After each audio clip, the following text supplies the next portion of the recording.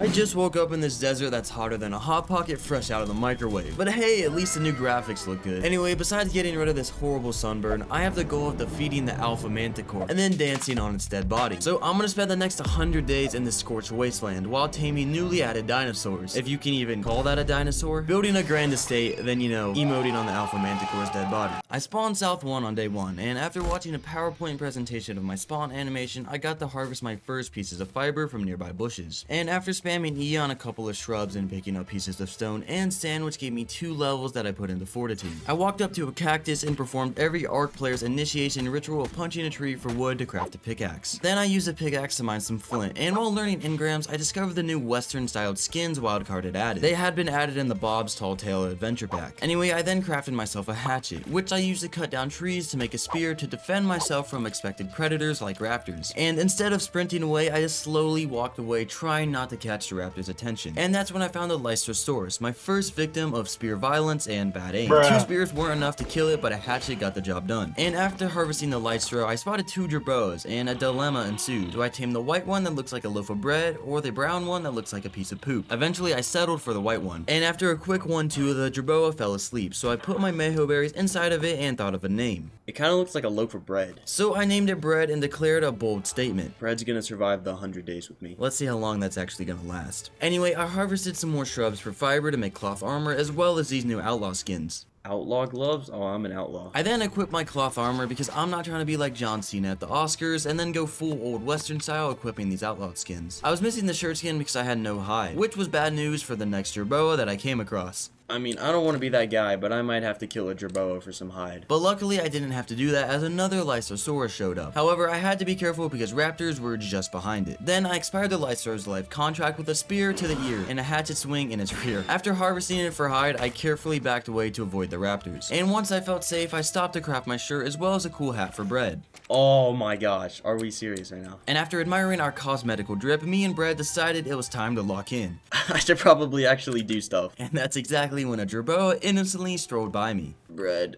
close your eyes. So I started swinging until all signs of life were deprived from the jerboa, and then senselessly beat its lifeless body for hide in the name of progress. And I actually got 76 hide, which is not bad at all. And I later tried using that hide to craft a bola, but I wasn't high level enough. And I continued wondering about the dry terrain until I found the water bug, a perfect chance to hydrate myself by pressing E. And a few moments later, while walking downhill, I spotted a Morellatops being chased by a raptor. So I took a hard left to get out of harm's way, and I ran as fast as I could to get out of there. And later, just when I found a river, my jerboa started making sounds warning me of an upcoming storm. They kinda do that every once and again. And I immediately prepared for the storm by learning the 10 engram and farming silk that required to craft it. I just have one issue though. I can't actually find silk, but I did find a decaying raptor body which disappears, but I can still harvest it because Ark works that way, I guess. And then before you know it, a tsunami of sand pixels took control of my screen, limiting my vision in the process. And at this point, surviving is a stretch, so I crafted a sleeping bag and placed it down to respawn nearby if death be in my future. And to counter the effects of dehydration, I constantly harvested cactus sap, and I would just eat a bunch of it to keep my water bar up. Later, I reminded myself of boomerangs existing on this map, so I crafted one as the sandstorm was coming to an end. I had survived somehow. This is also when I'd gathered my first bits of chitin from 2 Titan drones who had chosen death. And I'm now making my way back to the river that I saw earlier, and I lost half of my health in one fall while going there. But basically, all of those plans dropped when I saw a white drop. It had spark powder and cooked meat, so after looting the drop, I asked myself, alright, how do I safely get down now? Instead of walking back down the way I got up here, I came up with a quick shortcut. Shortcut back to the respawn menu. Anyway, I respawned on my way back, and I ran into some cool plants. Oh.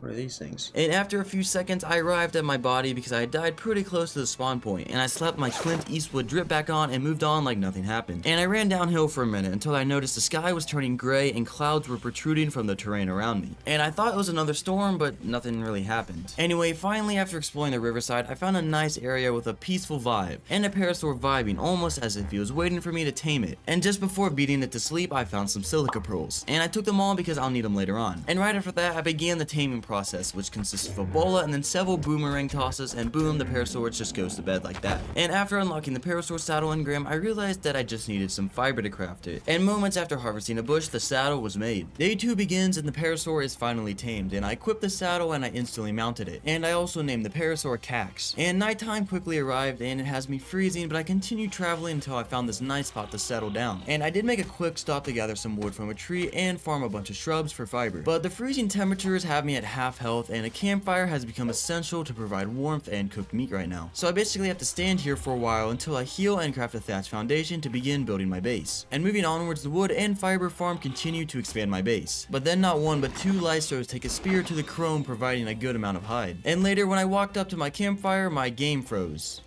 No! Did I crash? No! Oh, I didn't crash. Save game. But my PC revived itself and I instantly saved the game to avoid disaster. And after that panic attack, I calmed down and began building my thatch walls for my base. And then I began with my front door and then some windows, and I even added a back door. And for the roof, I popped 2 sloped walls on each side, and then added 6 thatch roofs to finish the ceiling. And with the doors now placed, I could say my thatch base is now a formidable piece of art. Okay, it actually looks terrible. Anyway, while I was admiring the sky, I depressingly glanced at a red drop with a ring in the distance. Ah, I wish I could open that. Too bad I'm not even past level 20. Anyway, in order to start making narcotics, I learned the mortar and pestle engram, then farm enough stone to craft the mortar and pestle. And I then placed it in a corner of my base and hopped on Cax to farm narco berries until I accidentally bit a jerboa. And to my surprise, the jerboa with Chihuahua energy started biting Cax's ankles. But the dodo of Scorched Earth gets put in its place in record time. Thanks for the hide, bozo. Anyway, back to my mission. I crafted narcotics in the mortar and pestle with the berries and the spoiled meat I had. And later with the spare resources, I crafted a large storage box and placed it in another corner of my base. And I then crafted a bow to get ready for ranged warfare, and I hopped on my Parasaur to farm some more narcotics. The more the merrier. And I let some time go by just hitting trees and crafting tools like bolas to get ready for any future encounters. And now that I'm ready, I mounted the Parasaur and headed out to explore. And it wasn't long before I found an explorer node that gave me 3 miserable levels. But a few Parasaur steps later, I arrived at a green drop that despawns in my face. Are we serious right now? Anyway, life goes on, so me and Cax kept moving forward until I realized bread was no longer on my shoulder. Wait,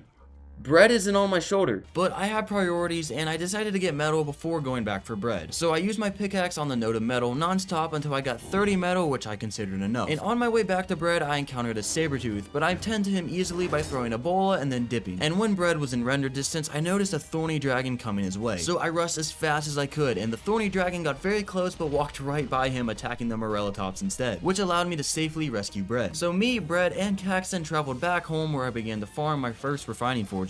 And I then placed my first forge inside my house and then put the metal and wood inside of it to get them smelting, which means the smithy is not too far in the future, but that means I first needed hide. So I got back on Cax and began to search for a reliable source of hide, and the answer to that was a level 20 Morellatops across the river, which gave me 84 hide. And now I strolled back over to my humble abode and crafted a smithy with my freshly refined ingots, and I tried placing it next to the door, but that wouldn't allow my chunky character to fit through, so I had to reposition the smithy perfectly between the mortar and pestle and the storage box. And with the smithy being placed, metal tools couldn't be far behind it. So I first crafted a metal pickaxe and then followed it with a metal hatchet. And I put my new tools to use straight away by chopping down some trees and mining some nearby rocks for flint to make arrows. And while looking around this beautiful place that I get to call home, I stopped and think about how drippy me and bread are right now. Seriously, you guys can't beat this. Eventually, after enough camping at home, I sent it out with Cax to see what we can find. And the first thing I found worth mentioning is free hide I got from a dead raptor. But you won't guess what happened literally right after. Another sandstorm. This means I basically have to go AFK for 3 minutes because I can barely move or see. These storms are also happening way too often and they are hindering my progress. I think they're glitched or something. Anyway, when it ended, I found a metal node, and because I now have a metal pickaxe, I was able to pocket 130 metal from it. So my next goal in mind is to find some crystal to craft the spyglass, and for that I headed towards the green obelisk. Day 3 began, but just as I'm about to reach the green obelisk, I remembered something.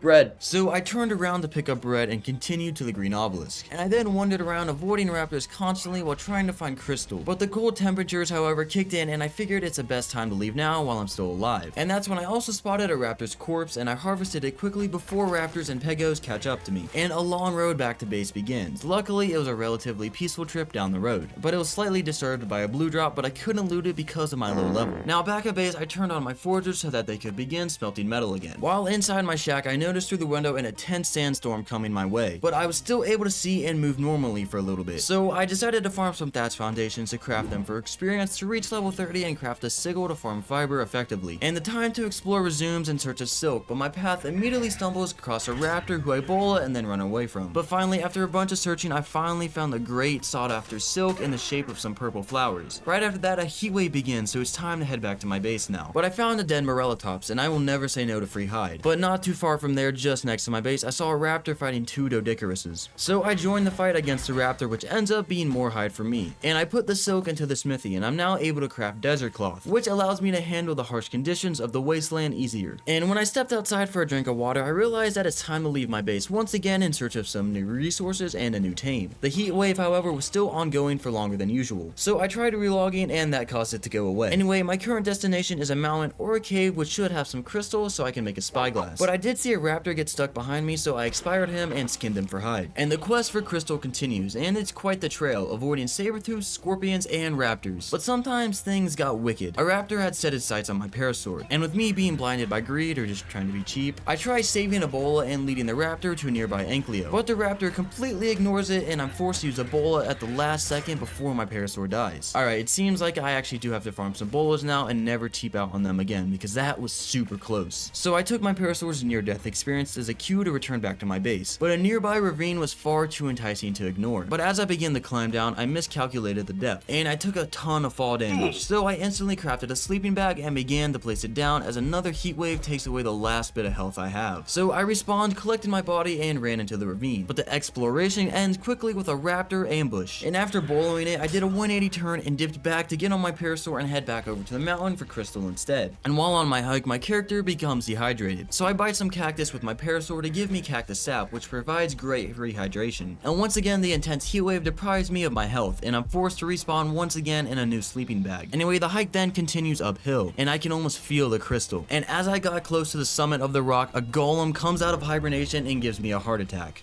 Oh my god. And for a second I try to go back, but I fought too hard to get up here. So I send it forward and I don't look back. But things only got worse, when ahead of me were plenty of scorpions obstructing my path to my spyglass success. And when I finally reached my destination, I realized that it was a false prophecy. The mountain had not a single particle of crystal, so I hopped down the hill at a slow and disappointing speed. Anyway, I continued my expedition until I found the new ravine, and I risked it all by blindly jumping into it. Thankfully, there was a lonely level 70 raptor down here that I decided to knock out and tame with raw meat. I entered the first cave of many on day 4. It was a risky and desperate attempt to find crystals somewhere inside of this dark labyrinth, so I carefully walked down and deep inside the cave, while looking ahead in case there's any creatures in front of me wanting to kill me. It's been quite a journey, but still no creatures or crystal, just a narrow descent into the heart of the cave. That is until I find a yellow drop, which of course I'm too low level to open, so I discard it and just walk past it. Anyway, I jumped straight down and walked through a narrow crevice, and just as I was expecting to find some crystal, the game decided that it hates me and there isn't any crystal in this area. But I did notice a huge pit, and I try to find any sign of shining crystals around it, but it looks like there's just none. So I have to walk down in a spiral down to hell, hoping to come across at least some of this stupid resource. Anyway, the game decides to present every resource like obsidian and metal, but not one drop of crystal. So I walk straight back out of this cave, but on my way out, I spot a huge crystal node, and half of me thought it was simply aesthetic for the game. But after swinging my pickaxe at it, I found out that it was the real deal.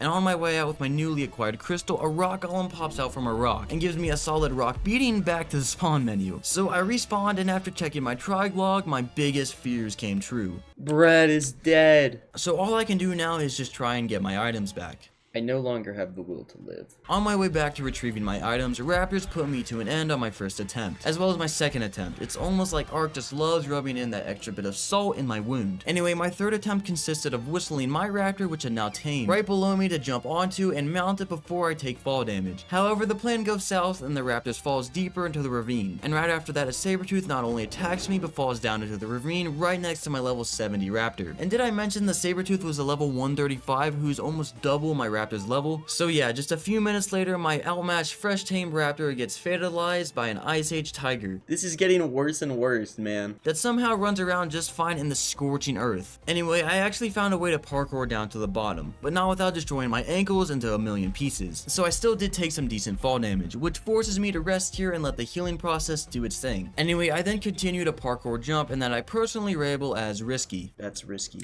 And when I jumped, I face planted into the terrain and I missed the jump. And let's just say the landing was not stuck. And the only thing I'm stuck on now is the respawn menu. Anyway, eventually I found my way into the cave entrance, and I reunited with my parasaur who's wondering where I've been for the last 30 minutes. And I'm already overheating, so I killed a nearby gerbo to craft a sleeping bag to respawn with full health. And I'm ready for what this DLC has to give me. So after respawning and trying to get back into the cave, the raptors were waiting for me, determined to get me from this. So I had to change my mind and return back to my shack. A happy place with a river and a lot of hungry carnivores, as well as a chance to rethink because so far nothing is working other than the respawn button. Anyway, back home I began the craft thatch foundations again to gain enough experience for level 47. The same level where grappling hooks unlock, which would allow me to easily traverse the cave by avoiding falls and certain creatures to get my items back. And halfway into crafting a foundation, my fading knowledge of this game reminds me that cooking pots are actually a better source of experience. So I quickly switched to crafting those instead of thatch foundations, and I got levels a lot quicker. And a couple cooking pots later, and before I knew it, I reached level 47, and I probably walked up to my smithy to craft a crossbow and grappling hooks. But grappling hooks require cementing paste to craft, and cementing paste is crafted with chitin. So I walked outside to find some, and I've never seen some more unfortunate timing than from this jug bug, who is 90% chitin, and patiently waiting outside my base to be indented by a stone arrow. And with this chitin, I crafted enough cementing paste to make 3 grappling hooks. Day 5 arrived, and the first thing I did was craft parachutes. A wise decision considering I've fallen down more times in a house of cards built by an architect who graduated during COVID. Anyway, I was relying once again on cloth armor to cover my naked body, and I began my grand return to the central cave on Cax the Parasaur, and 5 seconds in, my game crashes. I just crashed.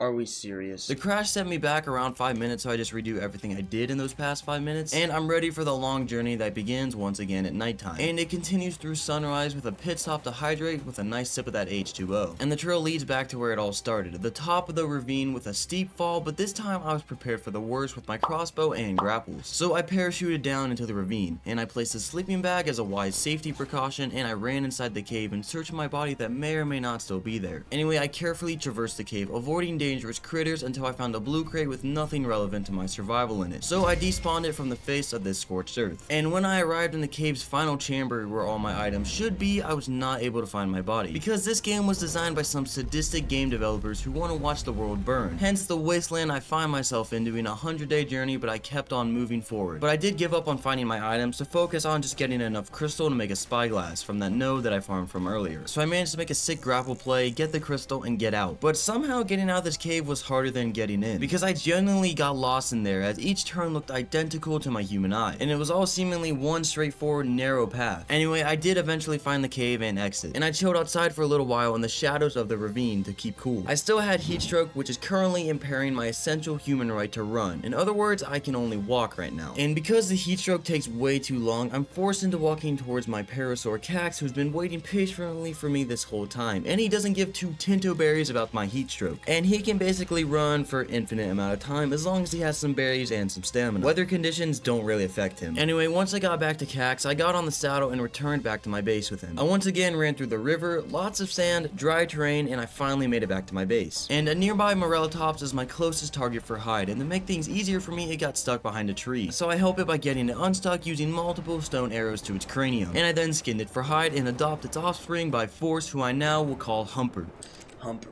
Yeah, I've just got a baby Morellatops just like that. So I unlock the Morellatops saddle and walk around in search of more hide. And that's when I used my spyglass for the first time to find out a thorny dragon in front of me was level 50. And that's something I can play with. So after a shot to the dome, the dragon goes to sleep permanently. And after skinning it once again, I checked its inventory and it had 27 stone arrows inside waiting for me. Talk about a successful investment. This was the Bitcoin of thorny dragon's loot. Anyway, the final pieces of hide that I needed to craft a Morellatops saddle were provided by a delusional Pegomastax with a Napoleon complex who dared to challenge Humper. And I clapped back with a double headshot and ruined the Pego's career. Yep, you're a saddle now. Anyway, an electric storm was starting to brew as I returned to my base, and I realized Humper was now fully grown, so he is now ready for conquest. So I saddled him up, but a few minutes later, our situation kinda gets worse when a random heat wave starts striking mid-storm. Day 6 strikes in while the lightning storm strikes out, and the weather has now stabilized, and I once again feel like it's time for world domination. So I got on Humper my Morellatops and used him to farm narco berries to craft narcotics to knock out and tame future dinos to aid us in our quest to conquer a desert. Anyways, I continued harvesting trees, rocks, and shrubs around my base to stock up on useful resources for the future. I then hopped back on Humper's back to farm some more narco berries, and after that we traveled farther than our base's render distance for the first time. And this first kill was a pego, something that nobody can be upset about as literally nobody likes this little guy. Anyways, I hunted down a parasaur while riding Humper, as one of his best perks is that I can shoot arrows while riding him, making us a deadly duo. And later on, a storm unexpectedly arrives because the warnings Brett gave me are now gone. A cold reminder that it's now time to tame the next gerbo I see and maybe call him Baguette. Anyway, I returned back to my base and I waited for the raging storm to end outside. And I stayed in my base to craft desert cloth armor, also while equipping the outlaw skins I got from the Bob's Tales DLC. And once again, they make me look absolutely sick. Moments later, me and Humper agreed that it's time to head out once again and conquer this wasteland, and no matter what happens, we have each other. Anyway, a green drop spawns nearby, so I rush towards it and it provides corn, oil, and slightly better desert cloth, which is honestly kind of a W out here. And soon after that, I saw an explorer note in the distance, and I collected it while riding Humper so we can both enjoy the experience boost and level up. Then suddenly, for the first time, a weather event that isn't trying to send me back to my ancestors occurs, and it's called precipitation, or if you haven't passed 5th grade, it's also known as rain. I guess Scorched Earth is kind of on spring break right now, I don't know. Anyway, the ground became muddy from all the rain, which is a cool change of scenery, but even for more than just aesthetics, because I spotted a metal node that I absolutely railed with my pickaxe for a grand total of 300 raw metal. And this does nearly encumber Humper, but he hasn't skipped leg day since 1955. So we kept moving forward despite all of our additional weight of the 300 metal. And on my way back, a cute jerboa walks past me, and because I'm tired of storms randomly showing up, I peacefully knock the jerboa unconscious and shove my berries in its throat to tame it. And upon regaining consciousness, the jerboa undergoes name surgery. And by popular opinion of my livestream chat, he is called Ash. Ash the jerboa he is, and he has one job: to sing whenever there's a storm coming so I can adjust accordingly. So me and the boys resume traveling back to base. A process that takes centuries longer than it used to because Humper's cardio means he's running out of stamina every 5 minutes. But I got back home and placed all the metal that I farmed into the refining forge to convert it into metal ingots. And after a couple seconds, I have enough ingots to make a metal hatchet. And the idea of taming a moth now enters my mind, prompting me to learn the Lymantria saddle engram. You see, I think I've been on the ground long enough, so I really do want a flyer. But later on around my base, I saw a pack of raptors. So I baited one towards me, and while killing it, his cousin pulls up on me. So as scared as I was, I sprinted back to Humper, who's actually a lot stronger than I thought. And he strikes justice onto the raptors, 165 damage points at a time. And after harvesting the raptors, I'm now able to craft a tent, an essential item to survive the random moments of harsh weather events. And I'm now out here looking for Lymantrias as my next tame. But the first one I could find was a level 5, and because I'm a numerist, anything below level 50 should not be considered a friend. Instead, it's considered progress. A bola and 2 arrows later put the Lymantria on a shirt. And right behind the past tense level 5s is a respectable level 75 Lymantria happily flapping its wings around. Day 7 started off with fighting off a swarm of Titan drones that were distracting me from my ultimate goal of taming this Lymantria, which will allow me to navigate the map more quickly with flight. And as soon as it landed, I boloed the Lymantria and I tried to box it in with a tent because Chad told me that I could trap it that way. But after trying to spam place it, I realized that it's obstructed and it's not gonna work. So I began to farm for an actual trap I originally had in mind. And that's all while these Titan drones were pulling up on me and coming from God knows where, wave after wave, as they were some sort of COD zombie. I actually can't, there's so many Titan drones, I don't even know what to say right now. Anyway, after a bunch of rock hits later and even more Titan drone kills, the Lymantria parks right next to me, basically asking to be tamed, so I boloed it and began to box it in. But Humper starts humping the Lymantria, so I whistled Humper a passive to stop him from killing the moth. But this small delay, however, causes the Lymantria to walk freely from the bola and away from my trap while I was nearly done boxing him in. So after he landed once again, I boloed him, and this time I actually managed to box it in. But because I couldn't place ceilings on the walls for whatever reason, I had to quickly learn the pillar engram, craft it, and then place a ceiling above the Lymantria, all while Titan drones were still coming from the 47th dimension. And because I couldn't really see the moth once it was inside the trap, I replaced one of the walls with a window and then began shooting it with trank arrows, making sure to do it at a careful and patient rate to avoid killing it because of its awful health to torpor ratio, but thankfully it chooses to fall asleep temporarily instead of permanently. So I left a couple mayho berries inside its inventory while I collected fiber from the surrounding bushes, and I then killed a level 20 Morellatops for its hide to craft a Lymantria saddle. But yet again, 5 more bugs show up to interrupt my gameplay and my peace of mind. And while trying to chase the Morellatops,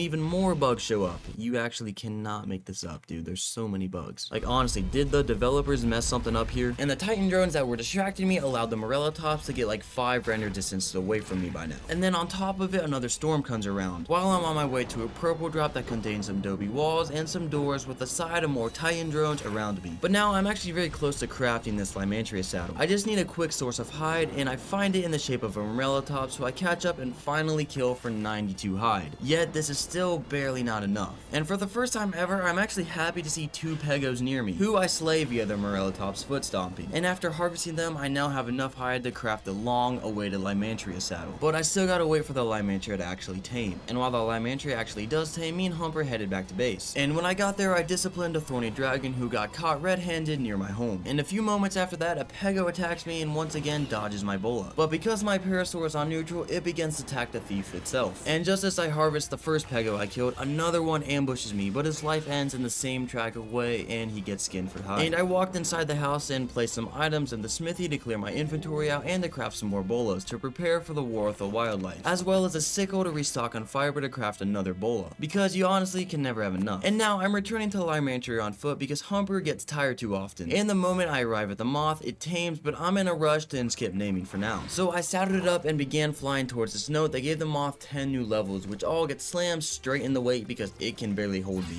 And then moving on, I fly around in search of another explorer note because this moth needs some more weight and stamina. But before I found another one, I took a break and renamed the Lymantria to Mothra. And while flying around, I spyglassed a couple of other Lymantrias just in case there's any higher levels, but there were none. And I spent a good amount of time just casually flying around the map admiring the new graphics and great landscapes. And one of my favorite improvements was this dune area with ruins which looked like to be the new church cave. And I took a look inside to get a note, but there wasn't any in there. But if I don't get a note in the next 5 minutes, I'm gonna be leaving a negative review on this game. Anyway, while flying around the dunes, still noteless, I spotted a Rex at least, so I excitedly pulled out my spyglass to realize it was just a depressing level 45 beta male. Day 8 began flying towards the green obelisk, where I finally found another explorer note that provided 2 extra levels for Mothra, both being pumped into stamina. And as I kept flying towards the green obelisk, I witnessed a 4-man thorny dragon absolutely decimating 2 does. But it's not my problem, is it? So I kept flying with Mothra in search of a note, but there weren't any around. But it wasn't until I got to the triple pillar area where I finally found another note which provides me with 7 more levels which get pumped all into stamina. And then time goes on with me spyglassing around the Thylas, waiting to see if I could find a high level while I keep traveling around on Mothra. And then flapping around, I pressed a few keys and a few buttons when Mothra dropped the mustard gas bomb on some unsuspecting thorny dragon down below. Alright, it feels about the right time to return to base now because I've got enough explorer notes. But there's a couple of pit stops I must complete first, like this blue drop which had 21 stimulants, a Megalosaurus saddle, a Raptor saddle, a Guanodon saddle, 20 meat jerky, and a water jar, and my reaction is... That's a pretty crappy drop. Anyway, finally I got back to my base with all my tames. And I repaired my crossbow and split a bunch of meat into stacks of 1 so that they spoil quicker to make narcotics later on. And then some typical farming of rocks and trees ensues to craft an Argentavis trap, which consists of 1 stone foundation, 8 walls, and 1 stone ceiling. And after crafting them all, I go take a leak. I gotta go take a leak. Yes, that's part of the grind, of course, taking a leak. But I wasn't the only one taking the piss, because Scorched Earth decides to drop a heat wave on me while I'm chilling in my base, bothering absolutely no one and minding my own business. But I now have to deal with the face melting temperatures. And the raw meat soon turned into spoiled meat, and the moment it did, I converted it into narcotics which will be used to put an Argentavis to sleep. And now that the meat has been spoiled and taken care of, I got back on my Morella tops to farm some more narco berries. And when I thought I farmed enough, I finally headed back inside my base and crafted even more narcotics. And I then took said narcotics and crafted them all into trank arrows. And I assume 77 tranks is a safe number to knock out an RG. You really don't need that many, but I have to inflate the amount I actually do need to bring because my aims can sometimes betray me. But without further ado, everything I have is ready to tame an RG. So let's go find one by flying around the mountains on our trusty flyer Mothra. And the first RG I spot was an incredible level 10. And just besides me, I see a nice cluster of crystal, which I begin to farm for about 3 seconds until I see my health quickly dropping, which is my signal to place a tent to cool down. The heat wave is still going on during this time, but despite the tent covering me from the sun, it was still too hot on this mountain. So I had to pick up the tent and fly all the way back to a cooler spot. And here I waited for a good minute because this heat wave is taking its sweet time to go away.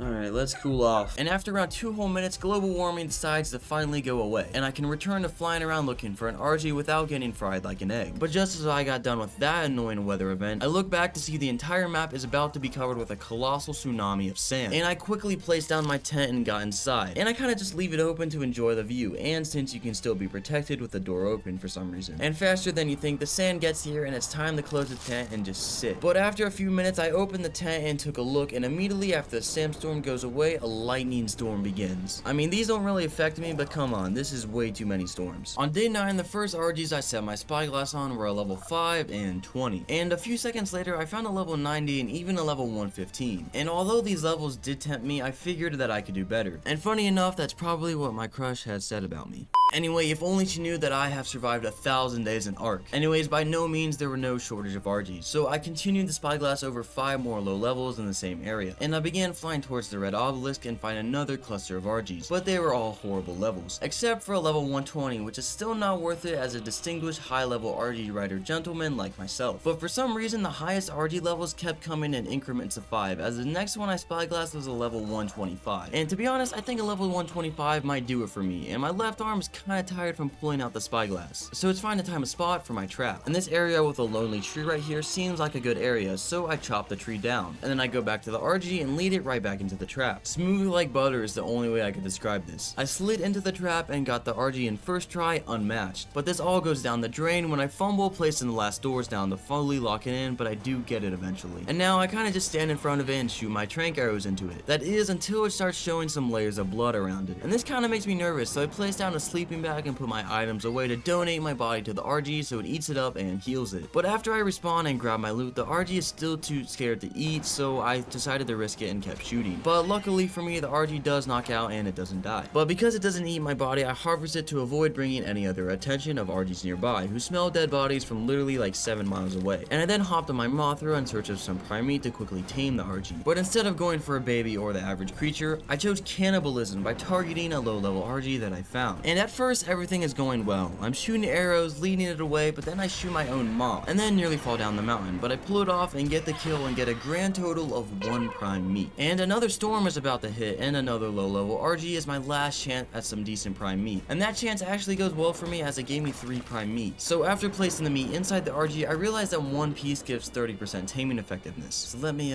see, 30 times 2 to the square foot of 5 divided by 54. I think I have enough. I think. I'm not sure, guys.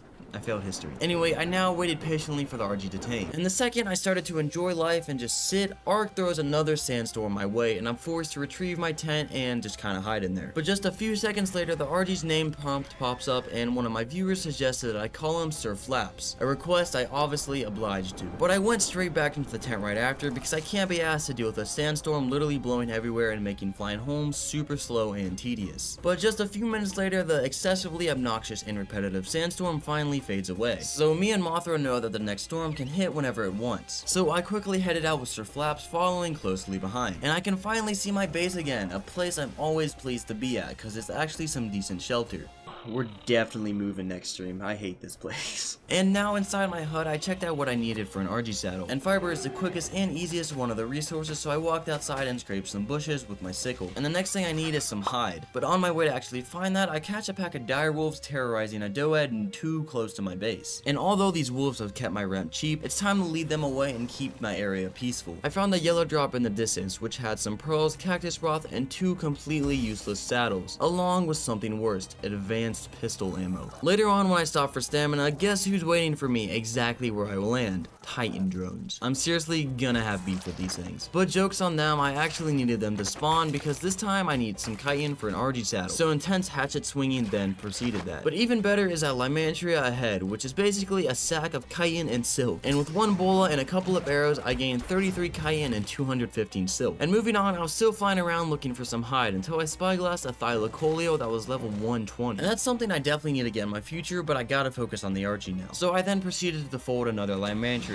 with some stone arrows, and I got 39 more chitin. And that left me with 8 short from what I needed to craft the RG saddle, which meant 1 more Lymantria had to get the same treatment, and Mothra had to watch it all along the way. I hope these weren't any of his friends. Day 10 started off back on my Lymantria, and my current quest is to find a creature that will give me a decent amount of hide. And to answer that was actually a level 5 Morellatops, which was a quick and easy kill. So after a couple arrows, it goes from living creature to a dead lump of hide and raw meat. But right after that, a saber-tooth shows up attacking a baby Morellatops. Now this desert ain't big enough for both of us, so I chased it down and bullied it, and to kill it just as it kills the baby, granting me 2 bodies for hide and loads of prime meat just as I turn around and witness another abuse in progress. This time I dire wolf attacking an Enki, and once again I intervene to save the herbivore and harvest the wolf for the last bit of hide I needed to craft the RG saddle. And I then made it back to base and parked my deer Mothra on the roof and whistled it passive to make sure it doesn't get killed by any random visitors. And I then saddled up Sir Flaps, and he is now ready to start killing stuff for experience. And the first dino to be handed an L is a low level Enki, and right after that a thorny dragon as well as a wolf that gives me 2 levels. But eventually I found an explorer node which provided me with 6 levels that I pump all into weight. So after pumping in those levels, I spyglassed a Procoptodon that was level 145. I really do want to tame it, but I have other priorities right now, so I fly back to base to repair my armor. I definitely will come back and tame that later though. But I then flew out to the pillars to farm a decent amount of metal now that I have an RG that can carry a bunch more weight. And at around 900 metal, I'm satisfied and I returned back to my base. But right next to my shack were 2 Dadons wandering about, and because this is a strict Dadon free area, I pick them up and peacefully relocate them to pig heaven. And since my metal production has increased with my RG, the smelting has to keep up. So I crafted 2 more forges and placed them inside my fortress. And thanks to the window engram, I'm able to access my RG from inside my base, and I collected the metal and then evenly distributed them into the forges. And then while farming some wood for my forges, just in front of me a raptor displays an act of aggression towards a parasaur. And now as this town sheriff, I'm obligated to reprimand the raptor for its foul behavior. And the parasaur also gets punished for just being free hide. I'm kind of corrupt, but I don't really care. So later on, I did fill my forges and repair my crossbow. And I then farmed some thatch to craft parachutes. And by the way, I haven't mentioned it yet, but there's this nice campfire that I collect meat from every so often, just in case we were wondering where the 50 cooked meat in my hotbar comes from. And to remind us just before the end of the day that we are in Scorched Earth, the map drops an insane banger called a heat wave. Day 11 and Ash has 11 levels. And after collecting 14 cooked meat from my campfire, I hopped on the back of Mothra's saddle and took a look around in search of a new base spot with 3 important elements: water, wind, and aesthetic. If it doesn't look pretty, I don't want it. And as I got closer to the red obelisk, I spotted a yellow drop, and I tried looting it, but there's already raptors trying to pounce on me, so I left the yellow drop behind. But nothing really around the red obelisk caught my attention, which is why I'm now headed back towards the green obelisk. And on my way back there, I was lucky enough to pass one of the best views in this map, with a titan, rivers, streams, and plateaus all along with elegant rock formations. And this place also had 65 wind percentage, which is a decent amount for electricity via windmill. And while I started to decide if I wanted to build on this spot or not, a red drop began landing right next to me, so I parked right next to it and patiently waited for its arrival. But my anxiety made me fly around some more just while I was waiting for it. Anyway, I came back, but the drop wasn't worth a penny. At least this veggie cake filled up Mothra's stomach. Anyway, this area actually does look great, so it's definitely a contender, but let's not settle down before checking out the blue obelisk. And on my way to the blue ob, I opened a blue drop with a bunch of salt. That's it. Anyway, to my surprise, the blue obelisk now looks like a jungle full of palm trees. And I did pause here at the obelisk, but I looked around and decided that this ain't it for me, which means the green obelisk actually does win. I wanted to build next to an obelisk so it would be super easy to take my dinos into a boss fight. You know, because if I didn't, I have to walk them like all the way over there, and I'm just not trying to do that. Anyway, later on, I'm back at base, and I grabbed a tent and flew over to the green obelisk. Not to build my base though, but to instead complete a side quest. Find an Oasisaur, the new dino that floats around and that you can build bases on. And I'm told that they respawn in the dunes, so the dunes I shall go. But that of course gets cancelled when a heat wave drops in, which means the dunes are a no-go. Because if I do actually go there, I'll get burned alive pretty much in seconds. So instead, I found a cool place to patiently sit until the heat wave goes away. But I did kind of run out of patience and decided to get a head start towards the dune, assuming the heat wave will soon run out. And the first thing I actually did see in the dunes was a phoenix, one of the rarest dinos in the game. But unfortunately, I can't tame it right now because it needs to be set on fire to tame it. But I didn't have anything to light it up with. And the heat wave actually hadn't gone away before the end of the day, so I had to place a sleeping bag and respawn to get my health back. The 12th day starts with a yellow drop in the mesh. That's like going into a dwarf's house, putting cookies on the top shelf, and then taking the ladder with you. Seriously, come on Ark, what is this? This should have been left in Ark Survival Evolved. Anyway, while flying back, I checked my health and I'm already halfway dead from the heat. So I placed down a tent and waited inside for the heat wave to finally go away, allowing me to resume my Oasisaur scouting session. And the search for an Oasisaur goes about how you could expect. Endless flying past miles of sand over with more sand and then even more sand. And occasionally when I would land for stamina, I got a tumbleweed that would just go past me. Anyway, I kept flying and it was all going pretty standardly, until I flew close to the ground to get some more stamina, and then the sand behind me started shuffling. Oh! But I have to land again for some more stamina. And instead of waiting for the death worm to catch up to me, I hopped back off of Mothra and whistled it to follow me while it regained stamina. Somehow this actually works. Anyway, Anyway, to avoid spending ages looking for an Oasis for no reason, I do some quick research to find out if they even spawn yet.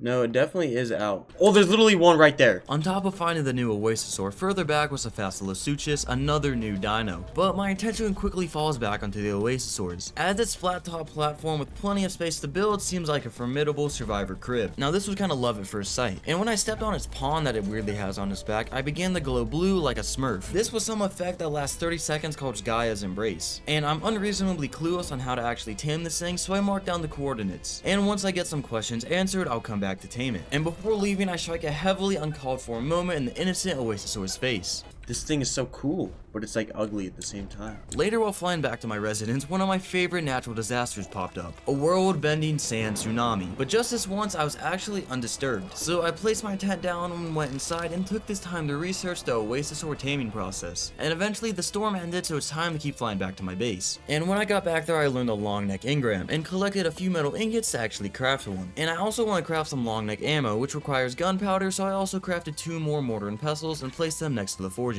And seconds later, I collected charcoal from the forges and then spark powder from a box, and together they make gunpowder. See, we're gonna need more spark powder, however. So I walked outside and started picking some rocks for flint and stone, which then get turned into the spark powder and then into gunpowder and finally long neck ammo. And what is this long neck for? The Oasisaur. By day 13, I had crafted nearly 80 long neck bullets and 30 bolas. And I was almost ready to actually tame the Oasisaur, but one piece of the puzzle was missing. You see, you gotta sacrifice something to the Oasisaur to actually tame it. And the best thing I could think of was a jerboa, but not my dear Ash, of course. Which is why I left him at base and went out to find a new jerboa to sacrifice, one that I didn't really care about. And after just a couple seconds of searching, I found one, and I knew it was him, the chosen one. It was a level 20 jerboa, and just after a couple of left hooks later, it went to sleep and I finally tamed it. And then the jerboa gets put to sleep again, this time eternally. You see, when you kill tames now, they get turned into a death essence, which I can use to tame the Oasisaur. However, the jerboa got put down for nothing, as I later found out the bigger the dino and the higher level, the better the Oasisaur tame actually does come out. So if I'm gonna go through the pain of taming this thing, I might as well get a good level dino. And to make the experience more pleasurable, fog appears, cutting my vision stocks by 75% for a good minute. Eventually, I did find an unlucky level 75 parasaur, and as it's casually living its life at the wrong place and time. So I first seduced it with the promise of a bright future farming berries together. But when he reawakened, I started blasting, and I gathered its essence and then flew back to my base to hop on my RG, and I finally began flying towards the Oasisaur that I had last seen at those coordinates. But before I got there, I stopped to despawn a horrid yellow drop. And just ahead was another drop, this time a red one. And it actually had some decent items, like a good Uterana saddle, sniper arrow, combo arrows, a soup, substrate, and a black pearl. And then seconds go by, and yet again, I was distracted by a new base location. Is this a mesh hole? I'm just kidding, I'm not gonna live in there. Anyway, I finally found my boy, the Oasisaur. And my first step was placing a sleeping bag because I have no clue what was about to go down. Anyway, I then landed on its back. And while dismounting my RJ, I almost flatlined myself, but quickly remounted to save myself. And next, I deposited the parasaur essence into the pond, or as I call it, the Gaia's pool. And the next step was to defend this pool from incoming vultures with my skilled aim.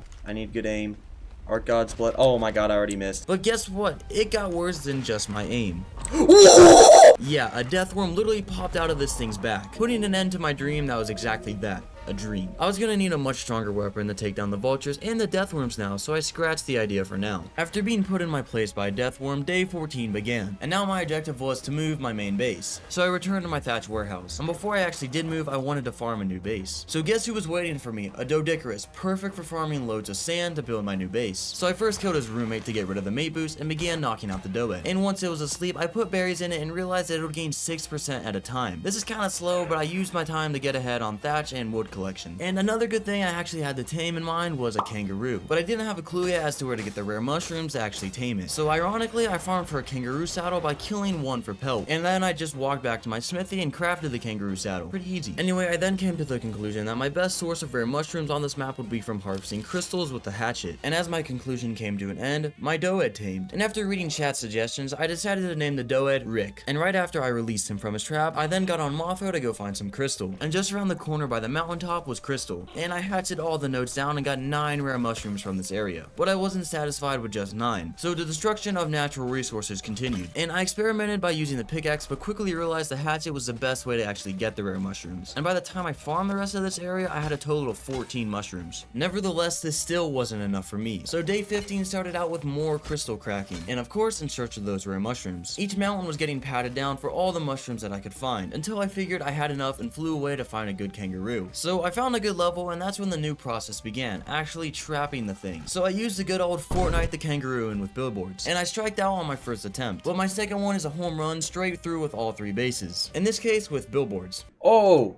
I just got it in 3 like that. Rather too close to my kangaroo was a Carno, which I led very far away to keep my tame safe. And when I came back, I began tranquilizing the kangaroo until it took a nap, forcibly. And I then kept it safe by replacing the billboard with spike walls around it. And once it was fully enclosed and safe, I had to invert my hard-earned mushrooms into the Procoptodon's digestive system. And to my surprise, it actually gained 10% from 1 mushroom, which means I didn't actually have to go farming for all those mushrooms. Anyway, while it tamed, I didn't do much besides keeping predators like this Carno away from my kangaroo, just in case they found my weakness in my spike wall fortress. And then I kinda just stood there in the burning sun getting a tan until the kangaroo tamed. But more importantly than that is what I had actually named it. I'll name it Skipper. And the trip back to base was on Skipper instead of Mothra, who was abandoned and forced to fly home all on her own. When I got back home, I turned around and I couldn't even find Mothra, but I did see a direwolf coming towards me, so I brought its life to a dead end, with my Archie of course. But not too far from there was Mothra flying into a rock. Anyway, back inside the pad, I crafted a Doedicurus saddle for my boy Rick, because he just copped himself a stone farming minimum wage pay of 5 Meho berries an hour through a 9 to 5. And not only was tons of stone farm for this process, I actually got a bunch of sand which I store in my mortar and pestles for future use. Now it was time to actually go out and farm some cactus sap. So that's when me and Skipper interlock our eyes and we both understood our mission. So Skipper began to skip until Skipper didn't have any skip, but that's when Skipper had to kick, and his kick's how we got all the sap from a specific cactus sap bush. Day 16 arrived and I'm skipping back to my base on Skipper with all the cactus sap that I farmed to make clay in the mortar and pestles with the sand we previously farmed on my doed. And from inside the base, I heard the nasty, scaly sound of thorny dragons right outside my base. So I squared up and packed it up with 2 long neck shots, and rest assured its remains did not go to waste. And I also crafted a bunch of foundations and stored them in a storage box for later use. And meanwhile, my doed was working overtime by auto-swinging the rocks in its range. And all I had to do was continuously loot the sand and stone in its inventory. And by now, both of my mortar and pestles were filled with sand and sap to make loads of clay. And what's the clay for, you may ask? Adobe structures, which provide insulation against the heat, meaning right outside could be Sydney Sweeney in a bikini, a swarm of humanoid talkies rubbing up against my tongue, and a 1080 Ti loading up Ark Ascended, but inside it's cold and rainy, so it's kinda lit. Anyway, one of the Adobe structures I ended up crafting was an Adobe Behemoth cellar door, which is bigger than my base, but I didn't need it, so I demolished it and kept the large cellar door instead. And the next thing I made were the Adobe walls and doors for my future base. And when I was ready to move, I thought a storm was about to hit, so I sat tight waiting to see which type it would be. But after waiting so long, I figured that there actually wouldn't be one, so I began my trip to the promised land of the green obelisk. And in the name of decisiveness and certainty, I quickly picked a flat area to begin placing the foundations of my future in a fine piece of real estate between the anvil and the green obelisk. And if you don't know what the anvil is, it's basically this giant rock that looks like an anvil, and it's pictured right here. Anyway, while placing the foundations, I also had to clear out a bunch of branch and brush. And the last, a platform, has been finished. I followed it up with 2 walls and a gate, and then replaced the walls with windows, followed up by like 10 more windows and enough walls to cover the entire layout. And then it was time to place a roof. I mean, half of it was just a cellar door that will allow big tames to actually go inside the base. And then I finally placed the doors and windows to fill the gaps. By day 17, most of the base was actually built, but I still gotta chop down a few trees to craft the last adobe walls to actually complete the base. And after I finished placing the walls, I placed all the ceilings and left the backside open for a future balcony. And I then went back to the trap house to bring all my loot to my new base. But on my way there, I stumbled across a red drop that was ringed up, and well, take a look.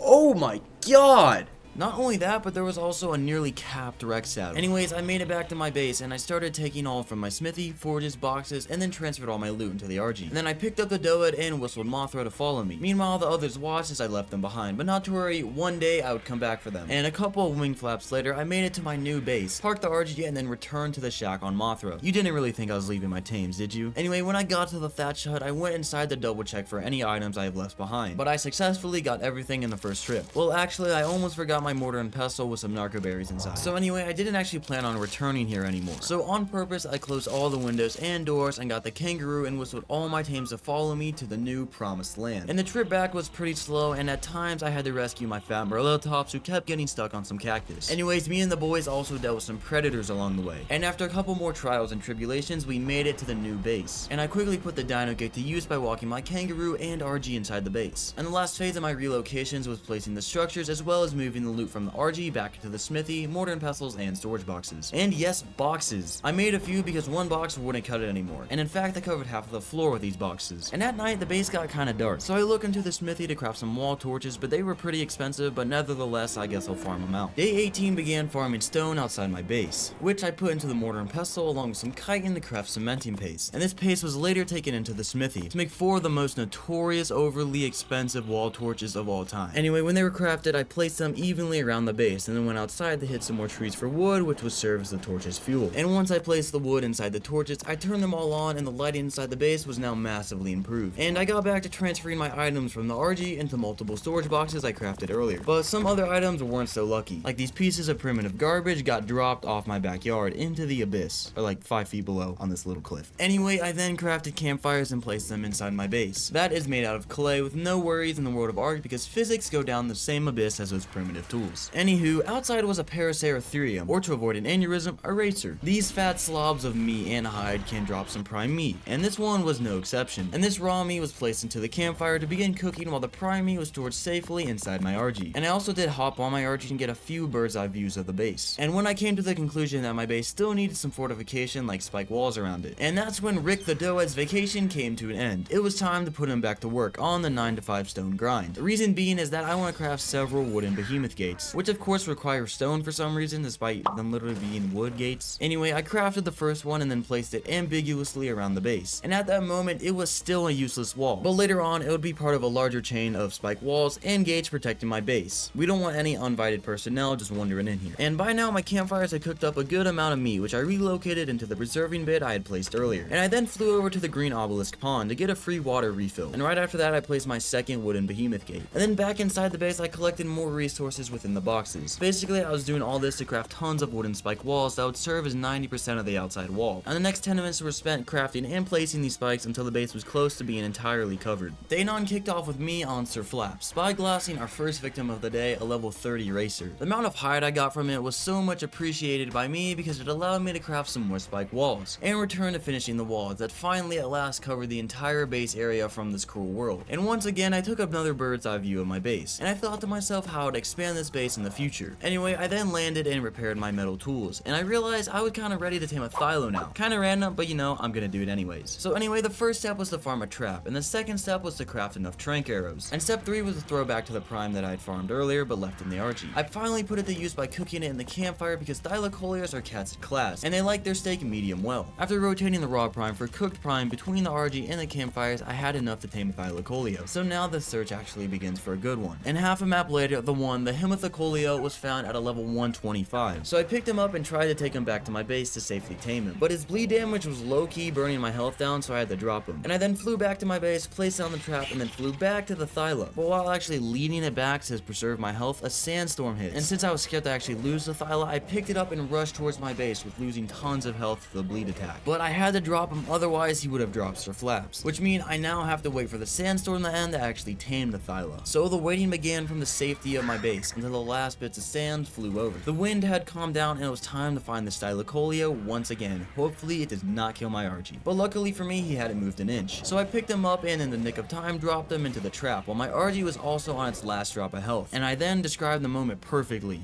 It was way too close. Anyway, before I could knock out the Thyla, I brought something for it to feast on because its health was low. And when a carnivore does have dinner, it heals all the way back up for some reason. But the only issue is that the Thyla was a vegan and instead befriended the Moss Shops as protest. But their alliance came to a dramatic plot twist when the Thyla randomly decided to sink its teeth right into the Moss Shop's back. Day 20 and the Thyla still wasn't counting sheep. But with just a few more trank hours later, it finally did go to sleep. And while it tamed, I went inside the base and looked around for some narcotics, but I didn't have any, so I got on the Morellatops and began farming some narco berries. And after crafting a couple of narcotics in the mortar and pestle, I then took them to the Thyla and force feed it to keep them asleep. These guys do drain torpor pretty fast, so I'd have to do this a few times. And in the meantime, while the Thyla was still taming, waiting to to be converted to my team, I just kept farming narco berries on Humper and then crafted them into narcotics for future usage. And still, while waiting for my Thyla to tame, I spotted a red drop literally way over there. And that's when memories of my last OP drop kicked in, and I was forced to fly there against my own will. Anyway, the drop was honestly mid and disappointing, but I took the pearls and saddles with me. And when I returned to my base, I did a whole bunch of nothing. Just ran around waiting for the Thyla to tame, who was actually nearly done taming. But it took a little bit longer than expected, so I burned some time by picking up the trap and farming some hide for the saddle, and it finally tamed. And after naming the Thylacoleo Floppy, I ran inside the base to craft her a saddle, and wasted no time in getting on it and started meat running nearby diners for meat, hide, and experience. But it's during this process that I found out for some reason the Thyla's jump animation literally just goes straight up, which was mildly inconvenient. I guess it's glitched, but they still haven't fixed this. Anyway, regardless of this, the meat run continued until the heat wave took a toll on my health and forced me to return back to my base and chill out. And that's when I realized my base still has a huge gaping hole that could use some remodeling. So I farmed some trees to craft a gate that perfectly fit where I needed it to. Perfectly until I looked up.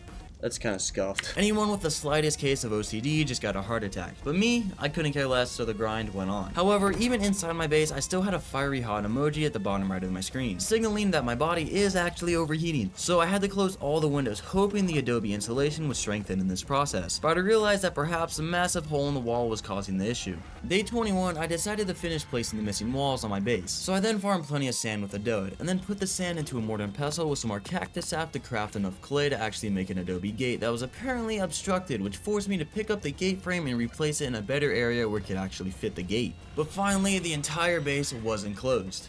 Okay, there's a little pocket of light up there, but it's not bad. Again, if you have OCD, I apologize to my core, but building this video was made for you to suffer occasionally. Anyway, out of the blue, I decided it was time to get an Ankylosaurus, because it would actually rapidly increase the amount of metal I could farm by about 10,000%. Don't check that math. But basically, a pickaxe was no longer cutting it, and it was actually a valid idea, so I quickly took action by first placing a trap, and I then flew out to actually find the Anky. But actually, just a few minutes of flying around, I spyglassed the first Anky who I saw, and it turns out to be a level 115, so I couldn't ask Ark for any more than this. This level satisfied me, so I wasted absolutely zero time in picking it up and returning it to my headquarters. It did have a child, but I don't care, this guy's coming with me. And when I did get back to my base, I dropped the Anky and I missed the trap, but on my second attempt, I guess I missed it again because the Anky started floating its way out of the trap like Neo in the Matrix. Are we seeing this? Anyway, the Anky got the same treatment that all the other dinos that joined my cult received, like a couple of trank arrows to sleep and then some food down its throat. And then I crafted its saddle while I waited for it to tame. But in the meantime, I decided it was a good idea to start crafting some refining forges, which meant tree and rock breaking. And then just like that, a few forges got placed in this preparation of this metal overload.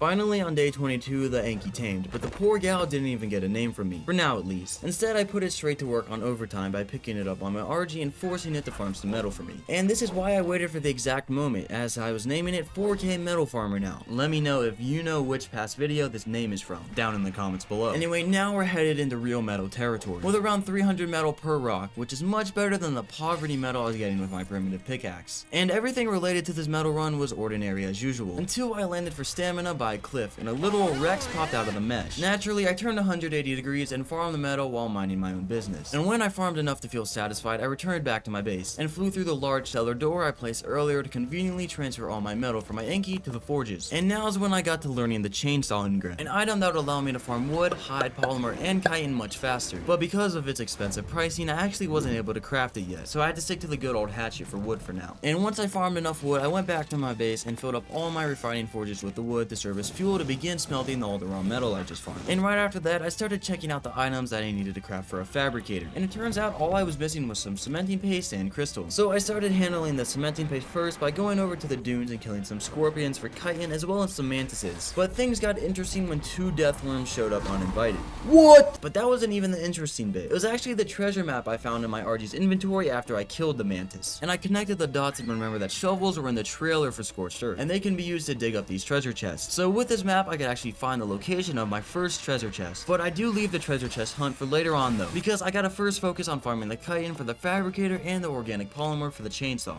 Day 23, I continued searching for mantises to farm plenty of chitin and polymer. But while doing so, I found a glowing red crate in the middle of the dunes at night, but all it had was some cloth and chitin armor, which was extremely disappointing. Seriously, aren't these drops supposed to be really good? Anyway, my next problem was with the mantis, because they were actually super rare, so I had to fly around the dunes for a good minute, but I didn't have any luck actually finding them. And while flying back to the epicenter of Scorched in search of crystal, a dense cloud of sand interrupted me, covering my entire screen once again. And that is until I actually found my way out of it. And it was actually near the sand cloud that the crystal was sitting around waiting for me to farm it. And just after this, I went back to the dunes and found a level 5 mantis, which provided me with just enough polymer to be happy with. But on my way back out of the dunes, I found some more of them and clapped them for the extra polymer. And anyway, finally when I was on my way back to my base, what better place to land for stamina than my old base? And then after that, I finally made my way back home after a long trip in the sandy dunes. And the first thing I started doing was crafting enough spark powder and cementing paste to craft the long awaited overdue fabricator. And I then placed my fabricator on the ceiling because I couldn't find a better spot for it on the first floor. But not to worry, this isn't a permanent spot for it. So if you have OCD, don't tweak out just yet. Anyway, right up next was the chainsaw. So I collected some gasoline to turn the fabricator on, and then began crafting electronics, and I also went to the smithy and crafted a shovel. And I then pressed E on the treasure map to try and use it. But instead, a ping was created on my screen, and it showed me exactly where I needed to go. So I assumed that there would be loot there. So I got on Sir Flaps and began flying towards it with my trusty shovel. And finding the loot was simpler than I imagined. When I got to the ping, I equipped the shovel and began to dig, until a water spout and a treasure chest were revealed. But the loot, however... Bruh, are we serious? That the water spout was cooler. Yeah, let's just say I wasted my time flying all the way over here, but at least I found out that I can actually dig with this shovel. And yeah, if you didn't know, you can actually kind of just stick the shovel into the ground, and in some areas you can get some water to spout up that you can actually drink. A sad flight back to base is how day 24 began. But anyway, now that I have a fabricator, I learned the canteen engrams store more water on me at once. If you didn't know, Scorched Earth is kinda hot, and when it's hot, you need to drink more water. But because I made 3 of them, I ran a bit short on polymer to craft a pump action shotgun. And you know, I really like these boomsticks, so I gotta have one. So anyway, I began farming stone on the Doa to craft some cementing paste and some more spark powder later on. And I then flew over to the pond of still disgusting water laying around the green obelisk and filled my 3 canteens with it. And since this is Ark, this won't be a problem at all. You can literally drink ocean water. But anyways, when I decided it was time to go on a long trip in search of obsidian, I chose to go on my Percoptodon instead of my RG. Because despite it not having wings, it actually still travels a lot faster. But there's one downside to that, which is microraptors. And while I was oblivious to their existence thus far, I landed after a big hop and felt the same as any other. Until I got stunned off by not 1, but 2 tiny microraptors. And after standing still for a couple of seconds, I realized I'm released from the stun. And instead of just leaving, my vengeful mindset demands justice, so I put them to sleep while also collecting an explorer note in the process. And I tried finding obsidian by the nearest mountain, but I couldn't find any. But this kangaroo is so quick though that I just went all the way to the blue obelisk, where I didn't even find any more obsidian. So my last resort was to return back to the green obelisk. But on my way there, a sandstorm hit, which put me in a queue to go AFK in a tent for a little while. But after the sandstorm was over, my trip back to my base resumed, by first looting a purple drop that had shotgun and long neck ammo inside of it, which was worth it. But when I did finally get back to my base, I went on Sir Flaps and brought my Anki to the pillars in front, which actually had some obsidian on them. But just when I began my farming session, a heat wave hit. But after just a couple of swings, I had enough obsidian for now. So I returned back to my base and stored it in the fabricator, where I'd craft the last bit of polymer I need to make a pump shotgun. And now that I was trapped, I had to actually craft some more shotgun ammo. So I collected some charcoal from the forges and put them in the mortar and pestle. Day 25 started with a flint farm on the back of my Ankleo, which would allow me to make spark powder to soon be turned into gunpowder for shotgun ammo for killing literally everything in my way. But I paused the intense flip farm to give Ash some fresh drip. I crafted a drifter hat for him, and You cannot tell me we are not dripped out right now. anyway, the Enki got kidnapped once again to start farming rocks that are within my base. And after using the flint stone to make some more spark powder, I remembered I was out of silica pearls. So I got on Skipper and I headed towards the pearls that spawned by the river. And we didn't need that many, so the 200 pearls I got were more than enough. And I crafted some electronics to make a holoscope for attachment for my pump shotgun. And I kept on crafting simple bullets to make tons of shotgun ammo soon. And the idea behind all of this is because I want to run a cave soon. So eventually, with enough shotgun ammo to dev wipe the entire server, I headed out towards the church cave with my stupid Thylacoleo, who can only jump vertically right now. They still haven't fixed the glitch. So after some quick analytical thinking, I came to the conclusion that Skipper is actually more suitable for this task. And after only a couple of skips, I got to the church cave. And I jumped onto the roof and entered through the gaping hole in there. And that met me with a huge stairwell that leads down to colorful blue tunnels and a yellowish glowing section with bats that didn't even bother me for some reason. So I kept rushing deeper into the cave, avoiding and skipping past the cave creatures to the best of my ability. But my cockiness laziness kinda got the best of me when I tried to kick some bugs into the death pit, and that kinda fantastically failed, so I canceled the idea and just kept moving forward, leaping across a broken land bridge and finally grabbing the artifact in freezing temperatures for some reason. But now I gotta do the whole process again to actually get out. Basically, it was just kinda rush forward and never think about looking back. And I'm actually really glad I didn't bring the Thyla and brought Skipper instead, who's basically handmade to steal this artifact. And on my way back to my base, I looted a yellow drop with gasoline and silica probes. And right after that, a Titan spawned on my left, but even more exciting was a red drop waiting for me ahead. Oh, another Rex saddle and a flamethrower? Cluster grenades. All I'm saying is I'm kinda right near my starter house. Oh, easy. Oh, I missed. Oh!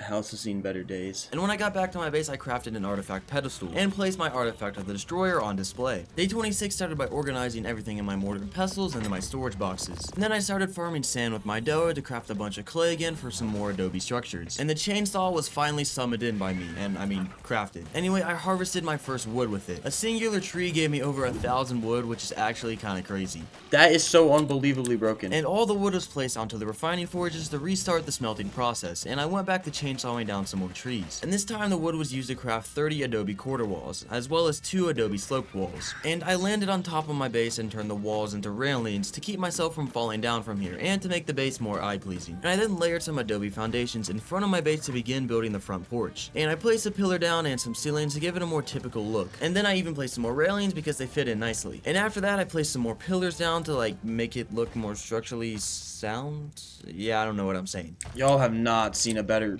base on Scorched Earth than this. I'm cooking so hard right now. Anyway, I was inspiring myself with my unmatched building abilities, so I decided to keep expanding onto the base. But halfway I had to pause due to the lack of resources, and I started having to farm some wood again with a chainsaw. And I did farm enough to craft some more adobe foundations and expand the new floor even more. And after the foundations came the walls and then some windows to surround the entire area. And the new build was demanding a considerable amount of resources, so I went back to farming sand with my dodic to make some more clay. And that's when night turned into a new day on day 27, where I was on Skipper now, skipping around towards a cactus sap bush for the 57th time just to farm enough cactus sap to finish building my new living room. Just kidding, it'll be filled with industrial structures. Anyway, when I got back to my base, all the sap got relocated into the mortar and pestles to craft a ton more clay once again. And this is a process I'm getting way too familiar with, but that's life I guess here on Scorched Earth. So I then farmed a load more sand on my dode, as well as some more wood with my chainsaw, but at least I don't have to do this all with a metal hatchet. And I placed a third row of walls down while I'm realizing I am still cooking on this base, and it's honestly looking mighty fine. So instead of stopping there and settling down for a triple high wall structure, I crafted some more structures and went for the extravagant 4 wall high base build because I simply can. And after going high enough on the walls, I wrapped up the build by placing the cellar door right in the middle and patched remaining gaps with some adobe ceilings. And once again, the overused railing saved the day by making the base look more sexy. I mean, just take a look. Then my brain starts cooking, so I sort of built a catwalk that connects the new platform to serve as some sort of tower / bridge. I don't know, it's kind of just there for aesthetics. But basically all my clay went down the drain once again, because this extremely long building process kind of does that. So I picked up the bridge and replaced it with a completely different style in mind, which turned out to be some sort of hybrid between a bridge and a crossroad on the roof, so I could, I don't know, I just built it, okay? Day 28 begins with me crafting ladders for the tower I made. This would serve as my only way of getting to the roof without using a flyer. And now that the new room's layout was finished, I looked into crafting wall torches to provide good lighting there. And I crafted it and placed them, which improved the visibility in this pretty dark room. And all in all, I'm pretty proud of this build overall. It has 2 chambers and a tower that connects it to the roof, along with the cellar doors and gates to fit my bigger dinos in, and the railings of course, which are the protagonists of this build, completely changing the look. Anyway, I've gotten tired of collecting meat from my campfires, so I crafted an industrial grill with the resources I had laying around my base. And I went to the opposite corner from my fabricator and placed down the grill. And now with this industrialized cooking mechanism now in my place, it seems like the perfect time for supply and demand. So I hopped on my Thyla and clapped the racer for its precious hide and raw meat, as well as plenty of prime meat. And within my market lands was a metal node, so I picked up my Anki and had it break the node for some quick and easy metal, but this inspired a full metal run by the pillars. And during this metal run, a yellow drop with a ring landed. And what was even crazier is the fact that it knew I had my Anki with me, and it gave me not 1 but 2 Ascended Ankylo saddles. Anyway, the metal run continued for a good while because I have some forges to fill back at my base. But when I did get back to my base, my Anki got dropped through the cellar door, and the metal within the Anki was evenly transferred between all the forges. And as you can see, the refining forges were all out of fuel. So I took my chainsaw and harvested 2 of the trees, and that was enough to fill all the forges. And the next thing I started to look into was an industrial forge, because it's a lot faster and I don't have to keep splitting the metal and wood into multiple inventories. And the same reason applied to the chemistry bench, which I also unlocked and planned for farming soon. But I somehow had forgotten the whip and gram until now, so I quickly learned that and gathered the basic resources I needed to craft one. And now being Skipper set out into foreign lands to once again go farm some silica pearls. I arrived at the silica pearl spot on day 29, and thanks to my new whip I was able to collect the pearls from the comfort of Skipper's back. And during this process I also caught a raptor's attention, and my instinct was flight at first until I realized I have a pump on me now, so I clapped back. And the silica pearl farm continued, and it wasn't long until I had farmed more than enough to craft 250 electronics for the chemistry bench. And a couple of skips later I was back at my base with all the pearls. And while catching up with the stream viewers on my recent base upgrades, I realized that my build has some issues. This goes up here, and I can open this. Bang, bang. But, like, I don't know that I can close it.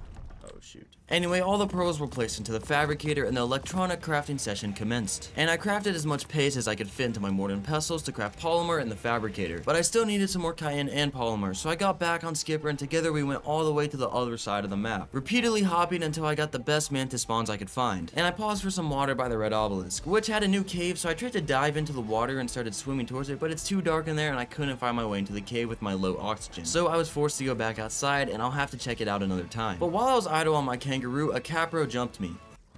Oh! But the pump gives the capro a factory reset. And while waiting for the temperature to drop before going out into the hot dunes, I looted a blue drop that was next to me with some rare mushrooms and stimulants inside. Anyway, the temperature dropped a good amount, so I started jumping towards the dunes and quickly found a mantis. But when I started shooting them, I remembered something. Yeah, so bugs take reduced damage from bullets, but not reduced enough to save them. They all quickly got flattened and chainsaw for chitin and organic polymer. And I got a good amount from these mantises. But I still had to go farm another pack of them to have enough for what I needed, so it's back to searching I go. But the search didn't take long, and I found a few more mantises who quickly got dropped, except for this one who I started kicking, and then oh! Conclusion, I dipped. I wanted negative smoke with that death worm, and I had enough polymer by now anyway, so heading back to base was a good idea. Day 30 started with me returning to my base from the dunes, and on my way back I found a landing red drop with a ring, and of course I sat there like a good boy and waited for it to land. Drum roll please. Oh my god.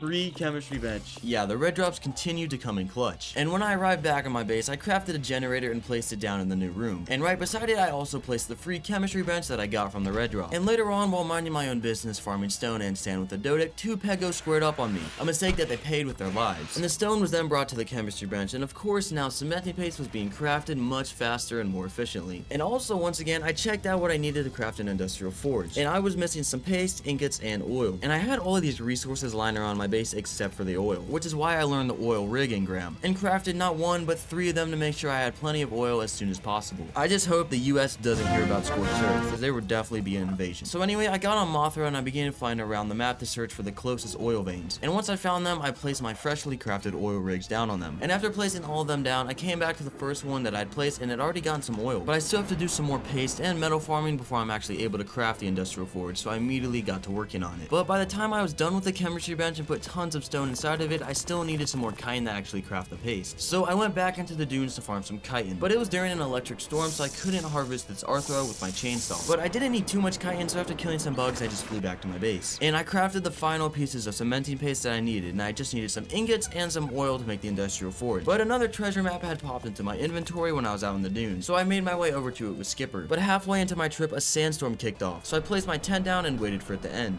Day 31 is when the storm ended, and I left my tent. And I walked up to the treasure chest spot and dug a hole, and I got some Mastercraft ghillie boots, which are nice to keep me cool, but it's still annoying that I had to travel half of the map for one item. Anyway, I hopped back to base, but I forgot to grab the oil along the way, so I turned around and collected the oil from the first rig, and then the second rig, and then the third. And I checked out the fabricator, and I basically now have everything I need for the industrial forge, except for the remaining like 100 oil or something. So I basically just gotta kill some time until the rigs cooked up enough oil for me. And one of my ways to kill time was getting back on my doad, and I farmed an unhealthy amount of sand. And I also chainsawed down some trees to craft some adobe pillars while inside my base, because outside there was another sandstorm. And it's also around this time that I set my eyes on the train that had been added in the Bob's Tall Tales, but I realized how expensive it would be. But still waiting around for the storm to end, I started to craft some adobe ceilings. And when the storm ended, I started expanding the backyard of my base with some adobe ceilings that I had just crafted. And while building, I fell into a small ditch.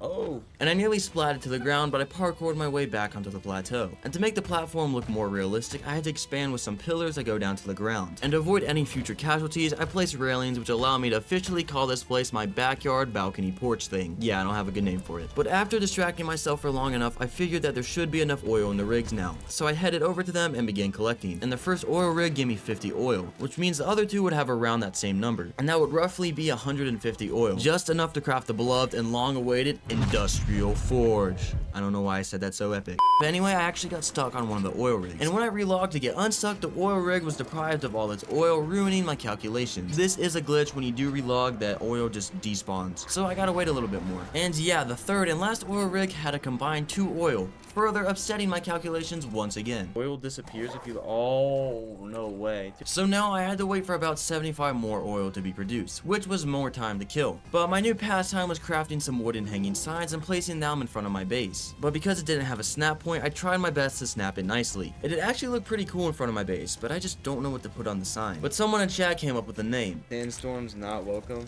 That's funny. And I also found out I can make the text bigger in case sandstorms needed glasses. By day 32, I just had to get 16 more oil to finally craft the industrial forge. And once again, I rotated to all the oil rigs and collected all the oil. And when I revisited the rig I got stuck in, I realized I left ash here, so I had to whistle them out and I picked them up. But after collecting all the oil, I went back to my base and crafted the holy industrial forge. And it also fit perfectly into the building I pre-crafted for it. And all this meant now is that I had to pick up the normal forges and transfer their inventories into this big boss forge. And I also picked up all the mortar and pestles because I had a chemistry bench now. And all of this quicker picker uppering made space for a fabricator, so I relocated it from its ceiling to the first floor, along with all of its structure's friends. And then I crafted a refrigerator, a great upgrade from the preserving bin. And now, of course, it was time to go for the fattest metal run yet, so we can fill the entire industrial forge. But nothing really interesting happened besides the metal farming. And I'm now back at base flying through the cellar door to land the Enki next to the industrial forge, and then put all the metal inside to start smelting. And I then took the Enki out of the base, and took it for a flint run to craft as much spark powder as possible. By day 33, I had stacks on stacks of gunpowder from all the charcoal in the industrial forge, along with all the spark powder I farmed with the Enki yesterday. And I used all the gunpowder to craft some more shotgun ammo, so I can keep pumping all my inconveniences out of the way. And now, instead of crafting more poverty trank arrows, I wanted to upgrade it to tranquilizing darts, which don't damage tames near as much and they knock them out quicker. But I just need rifle ammo, but luckily I have gunpowder for days now. And it was about time that I start crafting 2 cryopods, and luckily it was a short trip to Green Obelisk, which was basically in my backyard. And I brought all the resources with me and started crafting. And I'm now jumping across a map with Skipper in search of a decently sized tame that we can use to sacrifice to the Oasisaur, or well, at least try. Now that we have a pump shotgun instead of a prim long neck, we should be able to actually tame an Oasisaur. So let's go find the tame to sacrifice to it. And in the middle of the dunes there was a blue drop, and it had an improved piece of desert cloth for me, which I'll take any day of the week. And I'm now jumping back towards the desert plains, or biome, or whatever you call it, but I struggled on jumping onto a cliff. Going around.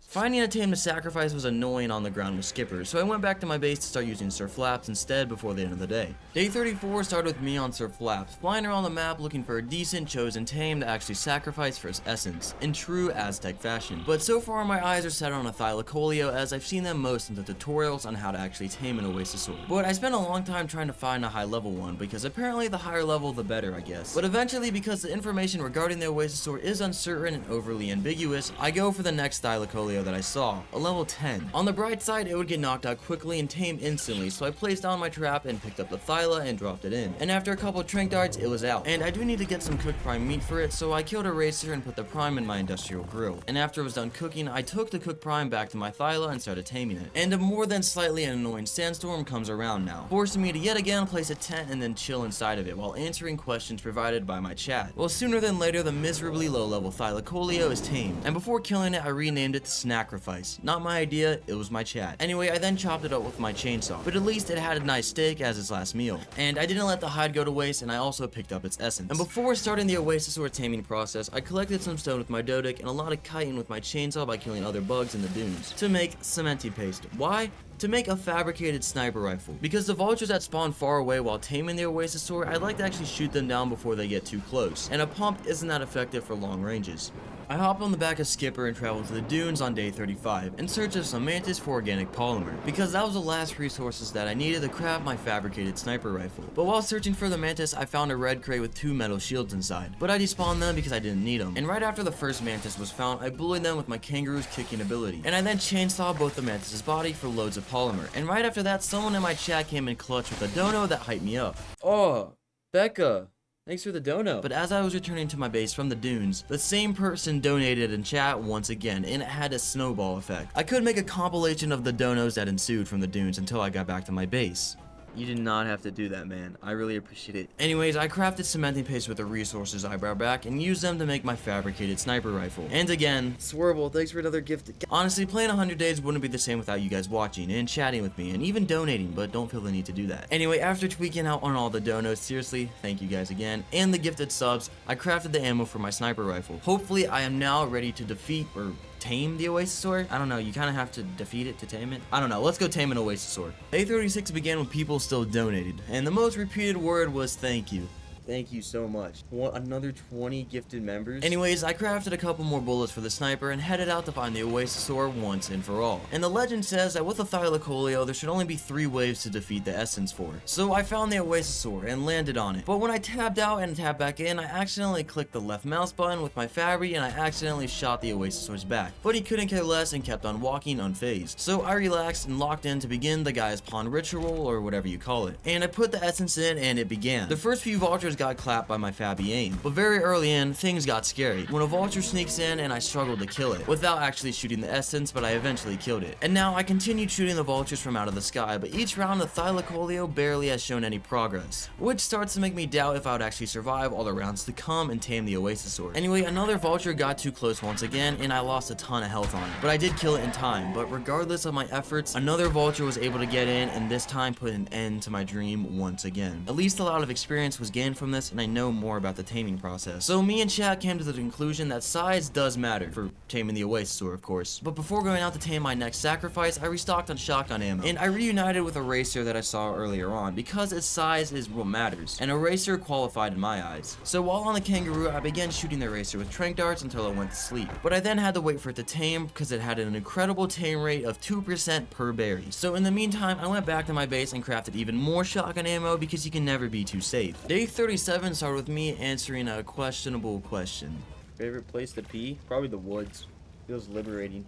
But anyway, I was still crafting shotgun ammo, and that's when I decided I had crafted enough and went back to visit the racer, and waited for it to tame since it was already pretty close to reawakening to its death. It doesn't know that yet though. But eventually the racer did tame up, and I named it before sacrificing it. And I first named it Gerald, but somebody suggested gifts, and for some reason I complied with this demand. But because I wanted to save every shell I had for the taming process, I led the racer out into the dunes and had a Thylacoleo kill it for me. But the Thyla actually didn't finish his job, so I did it for him with a couple of pumps to the racer's shoulder. And after looting the racer's essence, I returned back to my base and I was gonna wait until it healed before going to tame the Oasisaur. But I then realized my base still didn't have a bed due to my skillful competence. So yeah, I actually hadn't died since I built this new base, and I haven't really needed a bed, so I'm just great, I guess. I don't know. Anyway, I crafted a bed and respawned with full health, and I'm now ready to go tame that Oasisaur on my 3rd attempt. And so I begin the dreadful flight out towards the Oasisaur. And I noticed a red drop to my left, but I was still tunnel vision into taming this huge mobile house of a tame. However, because the RGs are the slowest thing on this planet, there's a good chance the Oasisaur just dies of old age before I get there half a century later. But finally, when I got back to the Oasisaur, I prepared for what was to come by getting familiar with the surrounding area. And I also admired the fauna on this one's back. But I then took deep breaths and relaxed before starting the weird Gaia ritual once again. Day 38 is when I officially began the Gaia ritual by placing my racer in the Gaia pond. And instantly vultures started flying towards me. And I started pumping the vultures full of lead from a distance and putting them to sleep permanently. And that's when the racer's yellow bar displaying my progress began filling up very quickly, which meant I would probably pass this mission in time and actually tame the Oasisaur. But then suddenly some issues came up. The vultures took over and my pump wasn't killing them fast enough, and the racer started losing health, but I kept on pumping the vultures, but they were all now very tanky. Eventually I did survive the round and I killed all the vultures, but the racer was at half health and I still needed to survive one more round. So here goes nothing. The vultures were flying in and they were not easy to kill anymore. I guess they get stronger the closer you get actually taming it. And the racer's health slowly began to drain until it was fully gone. I stood no chance as the vultures were simply tanking my shots, and once again, I was defeated. So I'm gonna have to wait until I either have a good rifle or a good shotgun blueprint to tame this Oasisaur. And I will be back once I get one of these better weapons. So while flying back towards my house, I found a purple drop that was landing, so I sat down and waited for it to land. And when it landed, I was somehow not disappointed. Should have known better. But hope had gone up when I saw a red drop. So I flew over to it and took all the decent stuff it had. And meanwhile, 2 raptors started attacking my RG, but my my pump settled the debate quickly. But completely disregarding the previous purple drop experiences, I flew over to the next one and I saw that it had 60 sap inside, which I gracefully collected. And I then flew back to my base and walked inside to deposit all the resources and loot I'd collected from the drops. And I crafted some extra tranquilizing darts to get ready for future tames that I have to knock out. And I then put more wood into the industrial forge for more charcoal, for gunpowder, for long neck ammo, for more darts. And I then got back on my kangaroo and kicked another couple of bushes from narcoberries. I doubt an explanation for such actions is needed, but here it is. More darts. On day 39, I got on Sir Flaps and went out in search of a new Paracer to tame. And after lots of flying, I came across a level 110 Paracer. And I questioned whether it'd be actually high level enough to tame for a while. But after enough critical thinking, I decided to scout the area further in hopes of finding a higher level. I really don't want to fail taming the Oasisaur once again. And the spyglassing of Paracers went on until a sandstorm struck, disabling me from making any progress for the next 5 minutes and forcing me to cave into my tent. But once the sandstorm ended, my journey towards finding a Paracer continued. And while no Paracers were in sight, white drops were, but they would get ignored. And on the other hand, a blue drop did garner my attention. Undeservingly, however, because of how terrible the items inside of it were. But even better, a red drop appeared, and it had a Mastercraft saddle along with a metal shield. This was but a valid drop. And although I found a surplus of drops, a famine of good Paracers was certain. And the search continued for longer than I could have imagined, and once again, another blue drop, but still no Paracers. And then a purple drop followed with some beer. But what I truly needed at this stage was a better weapon to finally tame the Oasisaur. So my focus shifted from a good Paracer to continue looting the higher tier drops in hopes of acquiring a lethal weapon. And then another purple drop landed, but I got an awful ramshackle long neck. And I stored the items that I had collected throughout the day to organize my inventory. Day 40 and I was on Skipper, skipping around in an active search for a high level Paracer to finally tame an Oasisaur successfully. And I found a level 110, and that was enough for me, so I started shooting trank darts into it. And its child racer was also giving it a mate boost, so yeah, I had to dig into some shelves to put it down.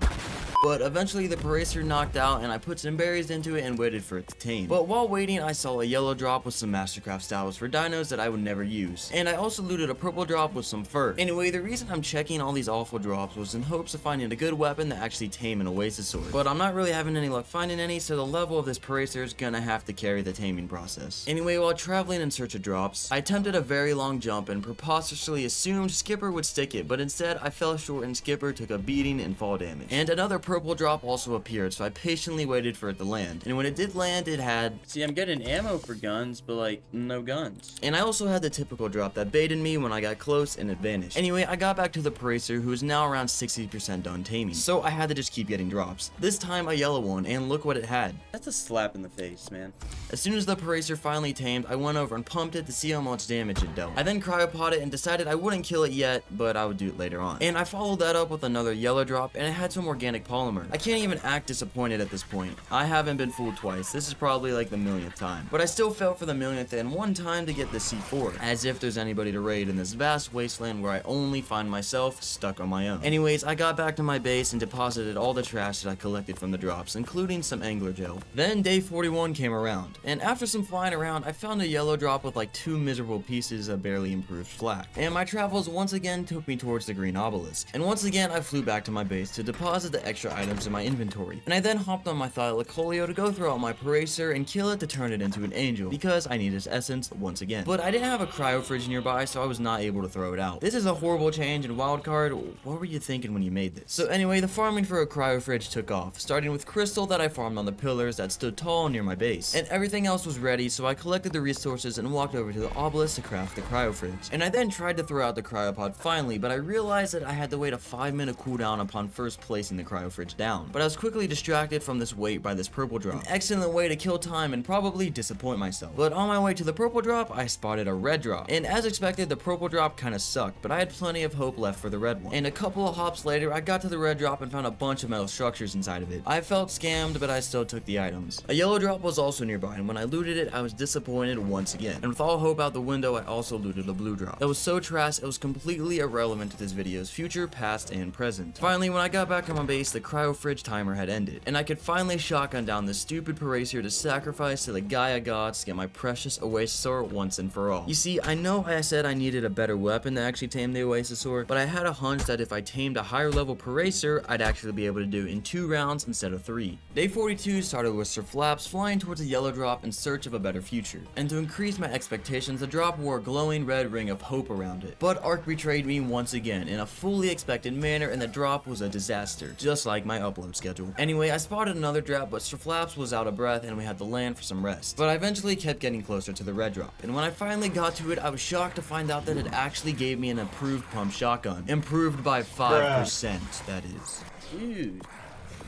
Oh my god. And on top of that, another sandstorm was on its way. So cheers to another 5 minutes of nothingness inside my base. So yeah, I'm just kind of stuck inside my base waiting for the storm to end. But this is productivity at its finest. And I actually took the chance to go for a real life leak. I'll be right back, guys. While this sandstorm happens, I'm gonna go take a leak. Moving on, while flying towards a drop, a live viewer asked me a question that hit too close to home. How many Oasis have you tamed? None. Anyway, the red drop was getting close, and I prayed for it to be a good one, but it wasn't. Primitive weaponry was still my only option. And a few minutes later, a superheat struck, because this DLC loves me and couldn't give me a single moment of peace. So with back-to-back natural disasters, I had to fly back to my base to wait once again. And while I waited, I stood outside looking for drops, and I waited for one to appear to pounce right towards it. But nothing was visible in my render, so I continued waiting for the superheat to end. And I did find free hide in the shape of a paracer who was nearby, so I pumped it and harvested it. Thank you, Mother Nature. And I then had the idea of actually crafting a flamethrower, which deals a lot of damage even as a primitive weapon. When the vultures kind of like clump up around the baby, I think it'll be super useful, so I really do want one. And the trash shackle long neck that I got from a drop was also coming along for one shot that I could use to deal plenty of damage. And I'm also bringing along a compound bow with some metal arrows. I simply have no other choice. Either bring every primitive weapon I could craft along with me, or hope and waste time trying to find a drop with an improved weapon. That's definitely not gonna happen. I mean, come on, you guys have seen my luck in the past few days with these drops. Day 43 started with me looting a yellow drop with a ring, because I would never lose no matter how many times Ark disappointed me. And guess what? It disappointed me once again. Anyways, the plan continued. I flew back out towards the Oasisaur while a thunderstorm was ongoing in the background. And eventually, after enough flying through the dunes, I found the Oasisaur and it was time to begin the ritual for like the 7 millionth time. But as I landed, the thunderstorm faded away, enabling the use of my weapons. And I carefully looked around for death worms and made sure there weren't any, as they would abruptly end my dreams of taming this Oasisaur once again. And I placed the paracer in the Gaia pond and began the ritual, hopefully for the last time. And I also double checked that the flamethrower doesn't damage my paracer, and it didn't, which is great news. So now I can just blast vultures. And just like that, the vultures began flying towards my racer as soon as the ritual started. And I used a combination of the compound arrows and the flamethrower spamming. And by just spamming the flamethrower before I knew it, the Oasisaur actually tamed. I actually got it.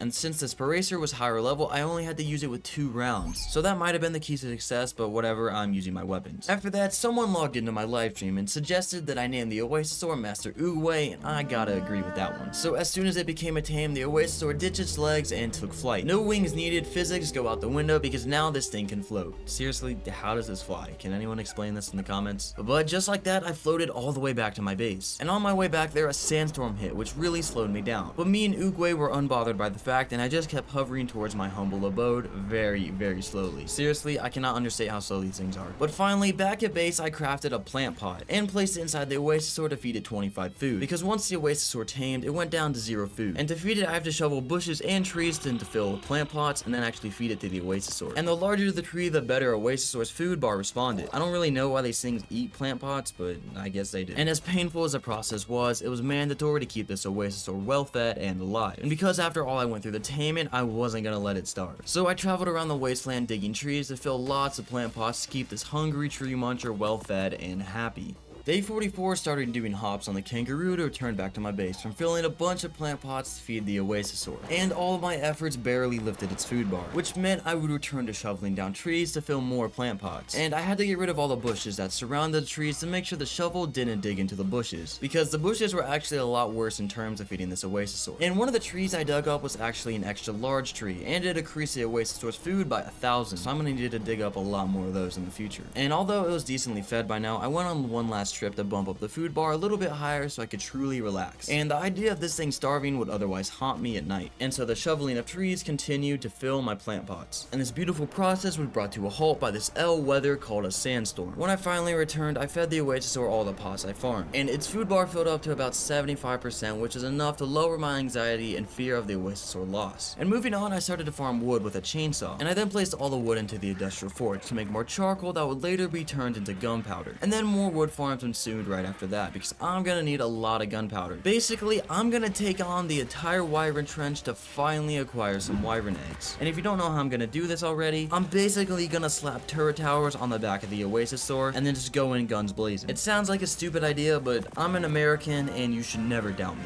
Anyway, a fully grown wyvern would definitely enable exponential amount of progress for me. So the process repeated itself many times. Farm wood, make charcoal, craft gunpowder, on and on and on. And while the charcoal was smelting, I started planning my first turret towers on the Master Oogway's back. And yeah, once again, the plan is to fly across the map into the trench on Master Oogway with machine guns on its back, ripping apart every wyvern along the way, allowing me to safely collect their offspring. Day 45 started with the development of my turret towers. Because the towers would be made with stone, I farmed them with a Doedicurus. And my base was actually pretty dark, so I placed some angler gel into a wall torch for some brightness. And I grabbed all the stone in the Doedic and began crafting the walls I needed for the turret towers. And right after the walls, I crafted some ceilings and I put a lid on each tower. And then the placing of the stone structures took place and the towers were now coming to life. But I miscalculated the amount of walls I needed and I fell short. So more stone walls would now be crafted, and after such events took place, the tower itself was now ready. Now they just need the most important part, the turrets and ammunition. But instead of ceilings to close off the towers, I went for some hatch frames and I placed some ladders to be able to climb up inside each tower. But more structures had to be cooked up in order for this structure to be completed. But a lack of stone called for a stone run on the Doedicurus. And after the run, I crafted 26 polymer to repair my chainsaw to farm some wood. And when I went to farm the wood with a chainsaw, a thunderstorm began which disables the chainsaw. But shortly after the storm ended, my wood farm was initiated, and along with another stone farm on the Doed to craft some more stone structures. And you're probably wondering what else these towers needed. Well, I decided to place huge catwalks at the top that extended over the Oasis store's back so the turrets could have some more visibility. But now, in order to craft all the turrets, a metal run was in high demand. So me, Sir Flaps, and the Anki went over to farm all the metal nodes around my base. But before we could even farm 3 nodes, a red drop spawned, which shifted my focus by 180 degrees. Well, day 46 kicked off as I reached the red drop, which actually had a decent bucket of loot. And within said bucket, a nice whatever saddle. Yeah, I don't know how to say the name, but that's the other new dino for those confused by my very accurate pronunciation of it. Anyway, back to farming metal nodes. And while farming the nodes, apparently a piece of rock got stuck inside the RG, and I couldn't write it. But after a quick relog, the issue was fixed and the minimum wage metal run for turrets continued. And about 4 rows of metal into the farm, I felt satisfied and proud to return back to my base, and begin the transition from raw metal to ingots by placing all the metal into the industrial forge. And I then picked up my Anki once again and dragged it out of the industrial forge room to force it into some more slave labor. Not for metal this time, however, instead for flint to make some more spark powder. I really do need a lot of gunpowder to make bullets, so this guy's gotta get back. But the Anki got its break when it was the Doedic's turn to farm some stone, the second resource to require to actually craft spark powder. Another resource I wanted to farm called for the kangaroo services, and on the way to the resource I found a blue drop with some decent resources inside of it. Anyway, I continued skipping on through until I came across another blue drop, this time a little less useful stuff, and then kept my adventure through the dunes, jumping up and down until I found a mantis to kill with my compound bow and then chainsaw them for their organic polymer and chitin. And I repeated this process multiple times to end up with a nice chunk of organic polymer and chitin. And while hopping back to my base, I did come around this nice new arena that they added near the dunes, and I thought it was pretty cool and a nice addition. But because Ark has to ruin every single possible moment, a sandstorm showed up, putting the progress to a complete halt as usual. So I placed down the tent and went inside and chilled for about 5 minutes until it finally ended. Day 47 started ticking while I rode Skipper the kangaroo back to the pad. And on my way, I spotted the new dino, the Phasalosuchus.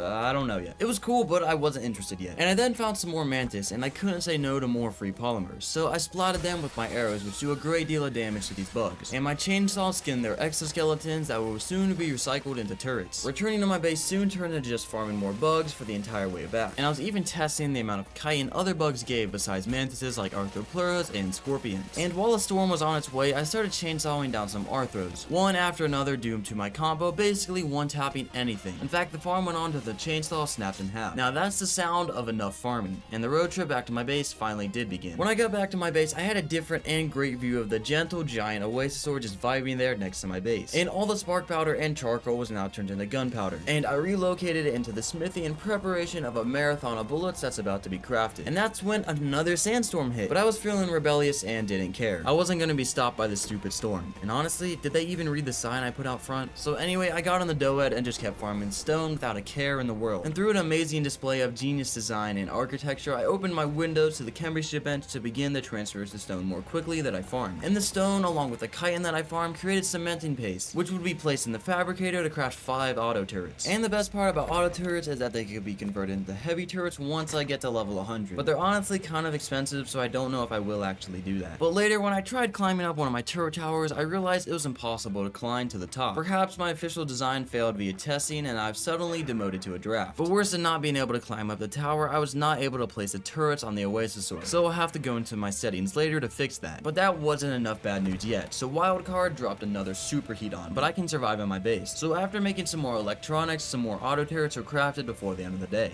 Day 48 started, and while riding Skipper, to a red drop appeared in the distance. And you already know what must be done. The skipping began, and eventually I made it to the drop, and let's brace for impact. And yeah, the drop decided to go into the mesh because Ark. So I hopscotched my way back to base with tears falling from both of my eyes. And just to make me feel more worse, I opened the yellow drop with horrible loot inside. And I took my hopeless self to the red obelisk to whip up some silica pearls. This natural resource would soon be put into a fabricator and then converted into an artificial electronic used to craft more auto turrets. Basically, I'm over explaining what I've already done. But that's what life's about. Exploiting nature and Earth in the name of progress, I think. Once I got back to base after queuing the electronics in the fabricator, I got on the Doedicurus and farmed some more stone to make cementing paste. To craft more auto turrets because we can never have enough turrets for the Wyvern Trench. Seriously, I'm gonna be killing literal tens of dragons, so I need a lot of firepower. But I couldn't just focus on auto turrets. So I got on the Ankylosaurus and farmed some more flint again. Really just to make sure that we have a lot of gunpowder crafting for all the ammo that the turrets are gonna eat when they're shooting into Wyvern. And while the gunpowder was cooking, about 5 more auto turrets got crafted. And right after that, I put all the accumulated gunpowder into the fabricator and began crafting a grand total of 1,000 advanced rifle bullets. That sounds like a lot, but I'm gonna need a lot more for the Wyvern Trench because I have like 14 turrets or something.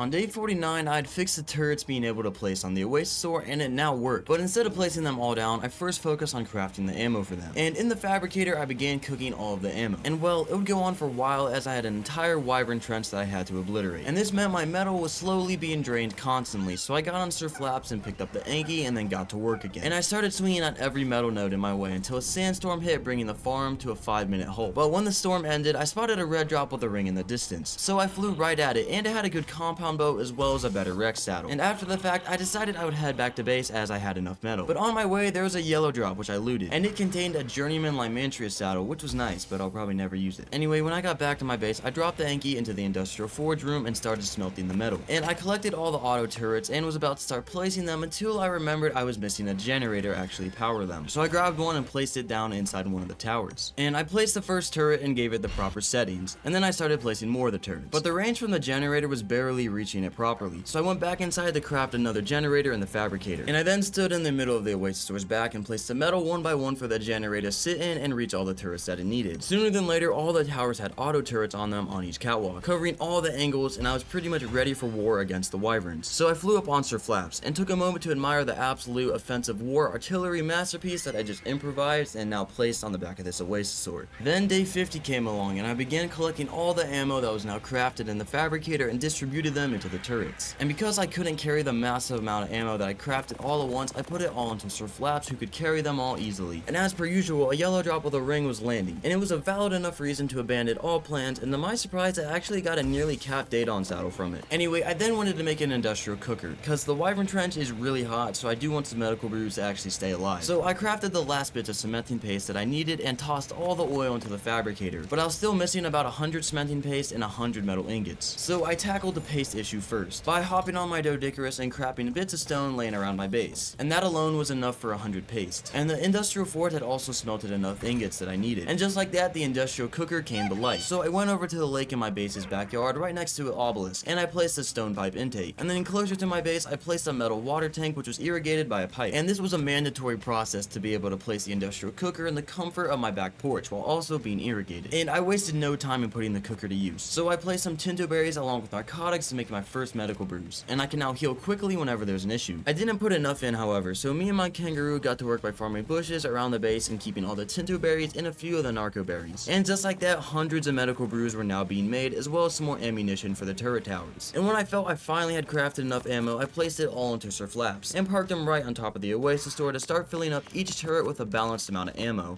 Day 51 started off me crafting grappling hooks, as I'll have to grapple between the Oasis store and the Wyvern Trench to collect the soon-to-be orphaned eggs. And when the time was right and all the preparation was done for, it was time to take action. And so the Oasis store's legs can get cramped into its own body, and hover mode is activated. I really don't know how this thing actually flies. If somebody can explain how the physics work of this in the comments, that'd be helpful, but anyway. I placed a bed for precaution on the back of the Oasis store in case of any probable Wyvern Trench accidents, and the voyage towards Wyvern genocide began. But this did take some patience, as the Oasis store is very slow, but I did finally make it out to the trench. And my turrets were turned off until I arrived because I didn't want to shoot anything along the way. I had to preserve all the bullets that I could. But after that, I dove straight into the trench and shredded apart every Wyvern in my turret range. And the Wyverns actually died while on the Oasis store, and it bugged my movement, so I had to harvest them away so I could keep going. And the first nest was right beside me, but all it had was a level 15 egg, and I refused to touch that with my hands, so I kind of just left it there. I spent so much time preparing, I better come out of here with a good egg. So I hovered over to the next nest, which had a level 125 poison egg. I had to think if I wanted to actually commit to this Wyvern egg, because as soon as I do, the entire trench is gonna pull up on me. If you didn't know, the max level for Wyvern eggs, it's either 180 or 190. I can't exactly remember, but this isn't great. But I did actually decide to take the egg, and I got back on the Oasis store to brace for impact. However, I looked around and nothing really attacked me, so I greedily kept pushing deeper into the trench to try and find any more Wyvern eggs. And I walked up to another nest with a level 85 fire Wyvern, but that was not worth the vendetta. And the next Wyvern egg I found was also not worth it. But then I saw a lightning Wyvern, and that was attractive for me because lightning Wyverns are my favorite type of Wyverns. But after some sick and slow and slick maneuvering of my Oasis store, I parked it perfectly next to the nest. But the level of the egg was only level 90, which was anticlimactic. You see, I really don't want to risk anything, so I decided to end up just leaving the trench with a level 125 poison egg. And after that, I slowly hovered away from the trench and back to my base. Well, day 52 was knocking at the door, and I was still hovering back to my base because, well, this thing is super slow. But when I did finally get back to my base, I slapped the Wyvern egg into the refrigerator. And I then learned the air conditioner engram, as I'm gonna need a ton of them to actually be able to incubate this poison Wyvern egg. And I also grabbed some silica pearls that were laying around and placed them into the fabricator to start crafting electronics for the air conditioners. But electronics weren't the only resources I needed, however, which is why I flew over to the pillars in front of my base to farm the crystal with surflaps and the Inkleo. And after the crystal was fully farmed, the metal followed right along. And a couple Inky tail swipes later, a respectable amount of metal was obtained. And I then farmed some stone on my dough for paste to craft polymer. And I could finally craft some air conditioners. And my plan was to build a hatching area. So before I could place the newly crafted ACs, I had to build the platform for them. And of course, the area was going to be made out of adobe to match the base. And it also offered better insulation, but I already have air conditioners, so it doesn't really matter. So anyway, I took Skipper to the cactus sap spawn area, and I kicked all the shrubs around it. And mixing this sap with the sand in the chemistry bench, boom, clay.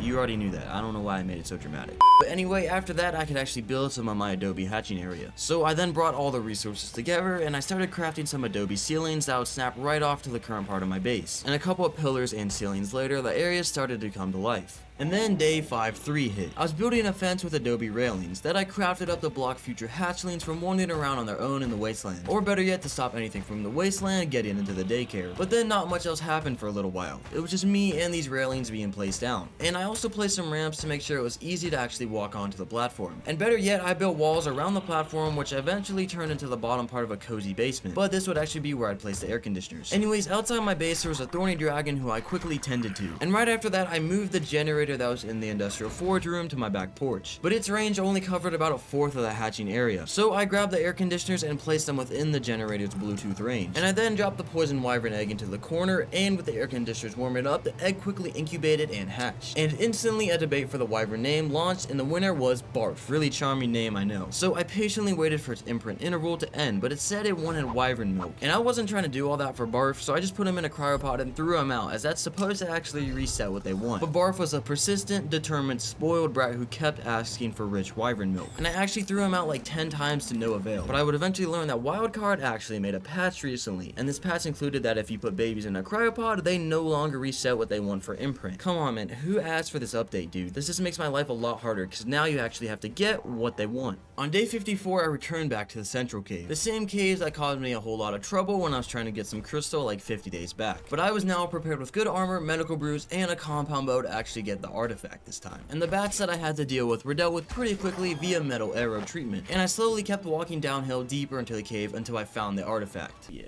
Another one down, just like that. Artifacts are ridiculously easy on this map. And I did somehow parkour on my way back, but I didn't trust myself enough, so I made sure to hold a crossbow with grappling hooks while I did the parkour. And I also got jumped by 2 bats that provoked a very manly scream.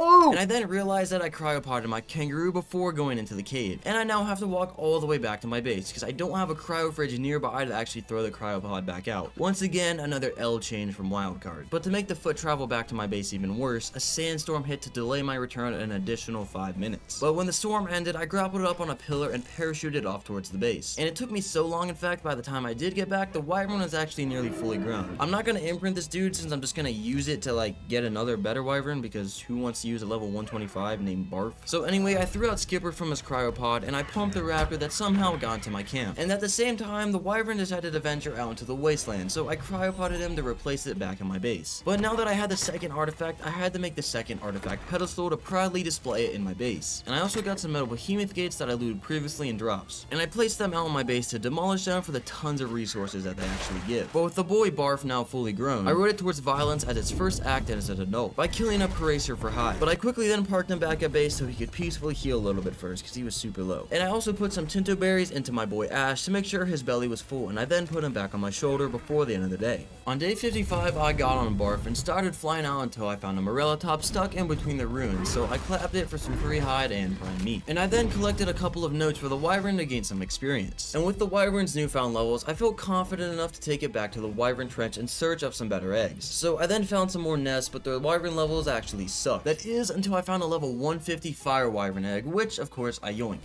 150? And since I was excited, I flew back to base to drop off the egg and keep it safe. But I immediately then went back to the trench for an even another higher level. If you've watched like more than one of my videos, you'll know that I am extremely greedy. But the first egg I checked out when I got back was a lightning wyvern egg, but it wasn't high level enough, which honestly is really disappointing. I really do want a high level lightning egg. But soon after that, a fire wyvern actually caught up to me and used its fire breathing ability on my poison wyvern, which did a ton of damage. And when I turned around to actually spyglass the fire wyvern, it turned out to be a level 190. But as scary as this 190 actually is, I gotta find its egg if it's laid one. But the first fire wyvern egg I saw after that was a level 15, not what I'm looking for. So the search for the highly desired egg continued until I caught the aggro of a level 165 fire wyvern. But moments after that, I found its egg in a nest. And although it wasn't a level 190, it was still a very high level. So I took it, but that ended up being the mistake, as Barf sadly took another fire breath attack, and this one was too hot for Barf to handle. No! Barf! Barf! Live! Barf? Bro, how did Barf die? Slam Medrus.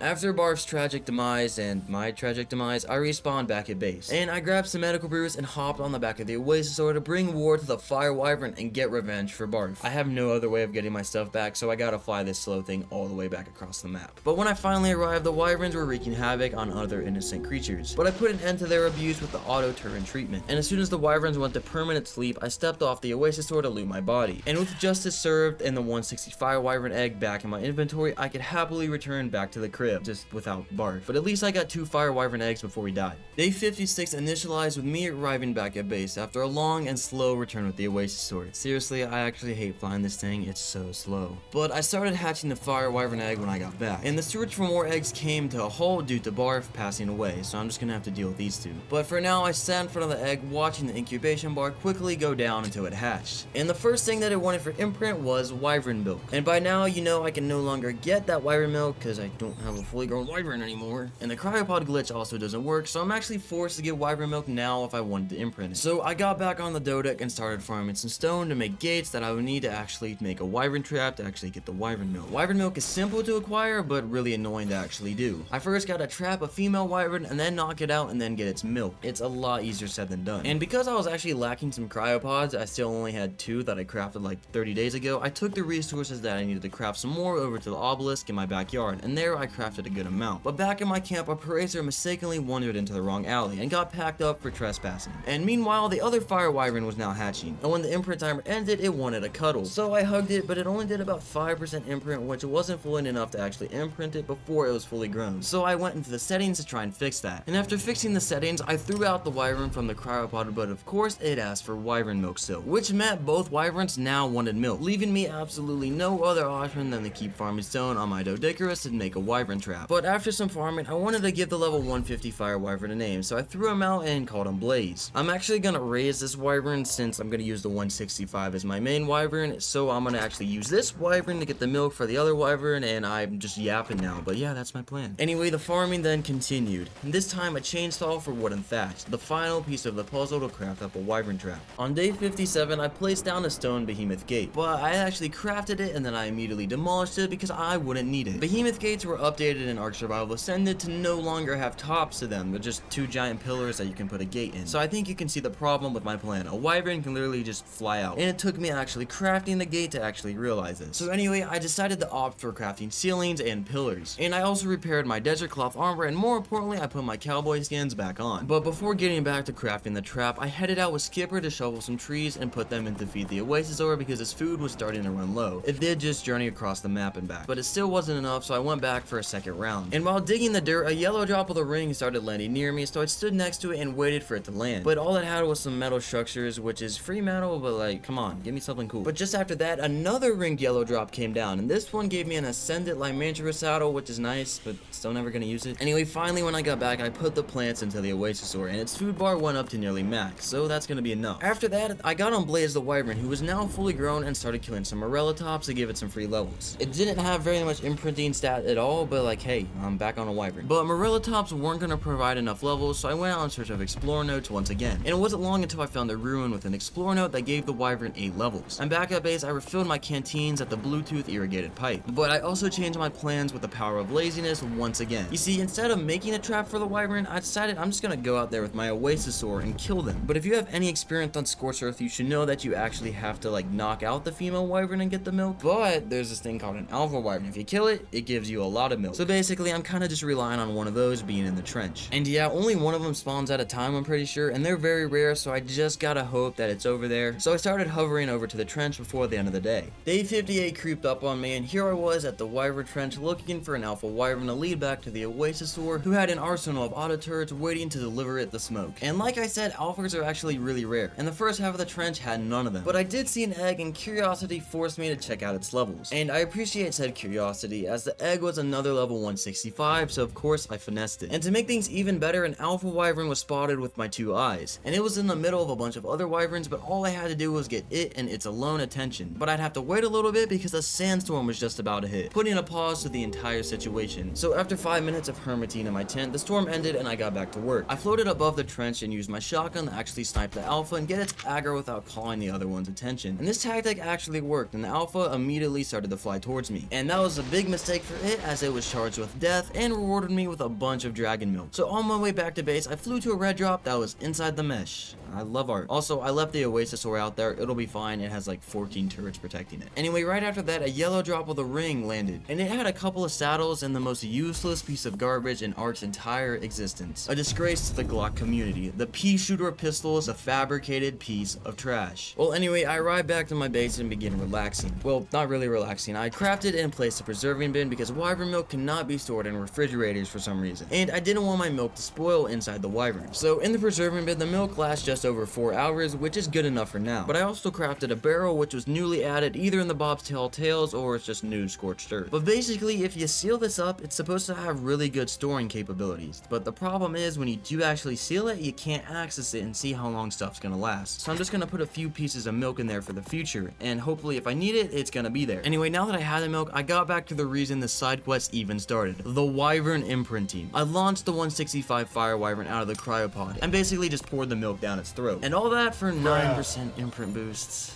This is gonna take a while. And the next few minutes were spent waiting for the imprint timer to end and then throw some more milk down its throat. 9% at a time. But instead of milk sometimes, it wanted to go on a little walk, which is fine with me. But then after the walk, it wanted another protein shake. And after another shake, it wanted another leg day. This was basically just an endless cycle until it grew up. On day 59, the wyvern was nearly fully imprinted, but I wasn't sure if I was actually gonna get the last imprint before it was fully grown. And when the wyvern was at 99% maturity, the last second ticked down, but thankfully it asked for some milk. Had it been a walked, I wouldn't have enough time to actually imprint it. So anyway, I got back on the Wyvern and went straight up to beating up parasaurs to give it XP, and during this process, I named it Zonzon. Mostly because somebody in my stream chat with the same name had gifted quite a few members to the stream, and it was the least I could do. Anyway, a red drop landed next to me in Zonzon, and it had a couple of decent saddles amongst 2 good Rex saddles. And speaking of Rexes, I found a couple of them and smoked them with my Fire Wyvern for levels. Don't worry, they weren't good, they weren't worth tame. But then a blue drop with a ring was landing, and even though a ring always provides hope, the blue color didn't fail to disappoint. And I then found an Explorer note for Zonzon as we were slaying another T-Rex, followed by another T-Rex, but this one, upon being clapped, gave me a treasure map. But it wasn't a good treasure map, so I didn't bother going to look for it again after what happened last time. So I kept on looking for Rexes in hopes of finding a high level, because they would be the main tame that I would use in the boss fight. But so far, the levels I found were actually really terrible. But a couple of Rex funerals and trash shops later, I actually found a Phoenix of all things. There was a heat wave going on, and I'm on a Fire Wyvern, so I might as well actually try to tame these things. They're super rare, and I don't really know if they have any use, but they're super rare, and I'm gonna tame it. And basically, if you don't know how to tame these things, you kind of just light them on fire. So that's what I did. I just began spitting on it with my fire-breathing dragon onto the Phoenix, and slowly it began taming. And a couple of fire breaths later, the Phoenix was tamed.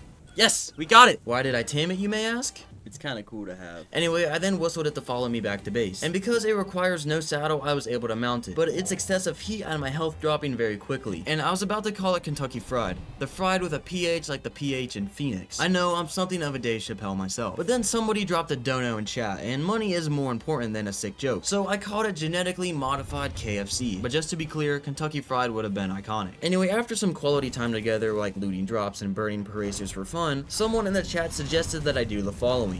Hold space. Oh, that makes it fly quick. Oh! Oh!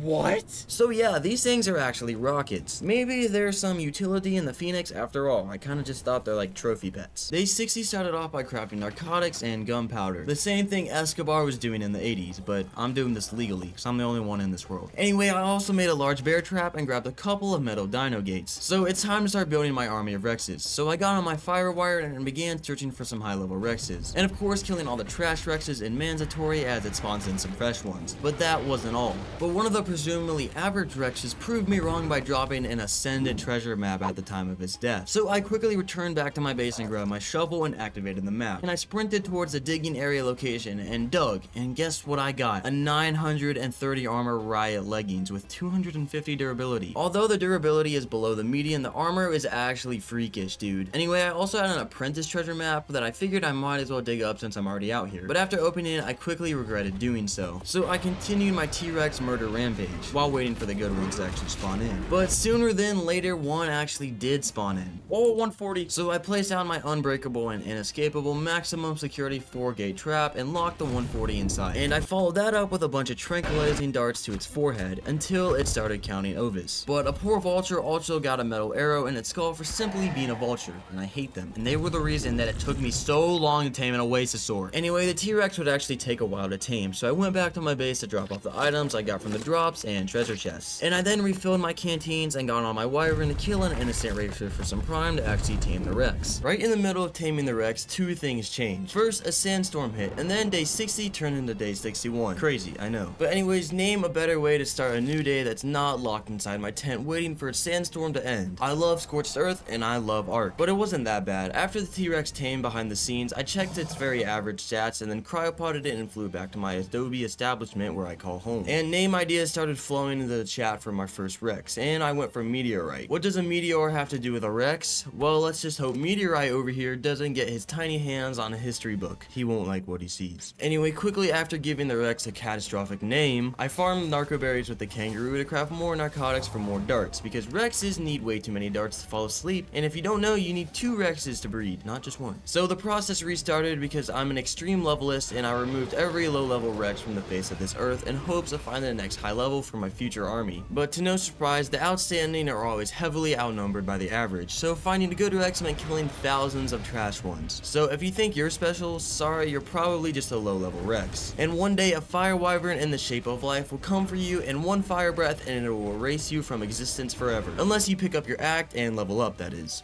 Day 62 started with the usual canteen refills, and a trip around the wasteland on my wyvern in search of good Rexes and drops. No good T-Rex yet, but the yellow drop with a ring pulled through with some valid loot, and I continued my day searching for a good Rex. A process that took ages as I had to kill over 10 more Rexes with none of them even being a decent level. But I did pause the Rex hunt and went back to my base to depot certain items, but quickly returned back to slaying Rexes. And I'm not joking, this process took a while. It hogged nearly the entire day of day 62. Rex after Rex, breath after breath, low level after low level. This dreadfully boring and repetitive task did provide lots of meat and hide, however, though, so I honestly wasn't complaining. I'm probably gonna need some of this hide to craft Rex saddles later on. But after that, one of the Rexes that I killed gave me another Ascended treasure map, and I was instantly determined to dig it out. So I grabbed my shovel and teleported to the map's destination and dug. And guess what I got, dude? Nothing other than an Ascended, drumroll please, compound bow. Yes, compound bow. But it's not a good compound bow, because when I read the tiny numbers at the top, I realized that it only did 120% damage. My ramshackle compound bow does way more damage than this crap. You see, I literally got an Ascended compound bow, and it was made by Sheen, distributed by Wish, and used and abused for a decade, and then relisted on Craigslist to finally end up in this hole. Day 63 arrived, and I was on my wyvern flying around until I saw a red drop with a ring, and this thing was busted. Over 150 armor UD saddles, 3 Ascended Rex saddles, including a 200 armor one, followed by 3 Ascendant saddles for the new dino. This drop honestly compensated for the past 50 useless ones. So I took the absolute care package of Ascendant saddles straight back to my base and placed them in my saddle storage box. And then I continued my search for a good level T-Rex. And I killed a bunch of them because there still was not a high level. And then a red drop got in my way. But it had unfortunately landed in the same spot that just goes straight into the mesh, and I had to abandon it. Seriously, why are these glitches still in the game, man? Anyway, I looted a trash yellow drop, and after that, I finally found a Rex with a decent level. It was a male level 120, and it was 30 levels away from being 150. But it was better than nothing, and I've been looking for nearly an hour, so a 120 will have to do. So I placed down my trap and boxed in the 120, and started shooting my harmless tranquilizing darts until the Rex fell asleep. But getting a prime meat for the Rex to tame wasn't an issue. In fact, I already had a slot cap from all the Rexes that were sacrificed for this level 120 to be born. And I did nothing besides patiently waiting and sitting there for the T-Rex to tame. And when it did, I walked up to it and put it in a cryopod, and then picked up the trap and flew back to my base, but not before looting the drop that contained some demoralizing items. And if you're wondering about the Rex stats, they weren't good, okay? I'm gonna have to breed them out and make them better. Day 64 started with me collecting the accumulated spoiled meat in the wyvern and from all the Rexes, and I placed it in the chemistry bench for future use. And I also threw out the Rexes next to each other to prepare them for mating. And I grabbed one of the decent Rex saddles in base and put it on the Rex so I could relocate them to a more adequate spot with a little more privacy for their breeding, and to just kind of get them out of the way because they're big. Anyway, I then took off on my wyvern and looted a blue drop with a ring. I don't know why I still fly to these things anymore, because, well, they give me nothing worthwhile. But you know what they say, there's never losers in gambling, only quitters. And by now, it was time I stopped using the poverty wooden large storage boxes and started looking into some more advanced and modern ways, like a vault of actually storing the stuff I had. But I realized if I want to craft those, I'm gonna need some more polymer first. But right after that, the Rexes gave me their first fertilized Rex egg, and I immediately relocated it to the incubation area. And it wasn't long before the egg turned into a baby Rex, who gets a great name, Boss F. Anyway, after that, I refilled my canteens and put meat into the Rexes so they didn't starve, and imprinted it with a Tinto berry. And I then temporarily put it in a cryopod and stored it in the cryo fridge, because I wanted to get fully imprinted, but I had a greater purpose at hand, called organic polymer. So I headed out towards the dunes, and as soon as I got out there, I began hunting the mantis for their precious organic polymer, the last piece of the puzzle if I wanted to craft some vaults, a precious storage item with over 300 slots. But once I considered I had enough mantises that actually suffered, I returned back to my base and crafted my vaults. And I then emptied my storage boxes and placed the items temporarily in my Argentavis, so I could break down the boxes and then place the new vaults in their spot. And to give the room a nice touch of blinding lights and give anyone walking in a flashbang, I crafted and placed it a lamppost. I was still struggling with actually getting light in my base, but this should help now. By day 65, my eyes were so sore, so I reduced the brightness of the lamppost to the lowest setting possible, allowing my pupils to decompress a little bit. And another Rex egg was hatched, but this one had trashy stats and it was a male, meaning it served no purpose in this world. Moving on, when I realized there was a yellow drop landing around me, I hopped on my Phoenix and flew to the drop at the speed of light. And the drop had some pretty nice items, I can't lie. But that's not the reason I was here. I just wanted an excuse to actually fly on this thing. It's seriously so fun. When I got back, another fertilized Rex egg was laying there below some females' glutes. And I picked up the egg and put it in the air conditioner so I could watch it hatch, and to my surprise, I actually got twins. I then teleported to a yellow drop with the Phoenix, and hold on, it actually had a convenient item called the scuba tank. And this is because I wanted to go inside the cave, which required a long swim that was under the red obelisk. And I couldn't do it without a tank because I would just drown. But now that I had the tank, I'd no longer wasted time with Skipper, and I got over there one hop at a time. And eventually I got to the cave, and Skipper furiously slammed down into the thick of it. Cave was actually beautiful. This place is sick.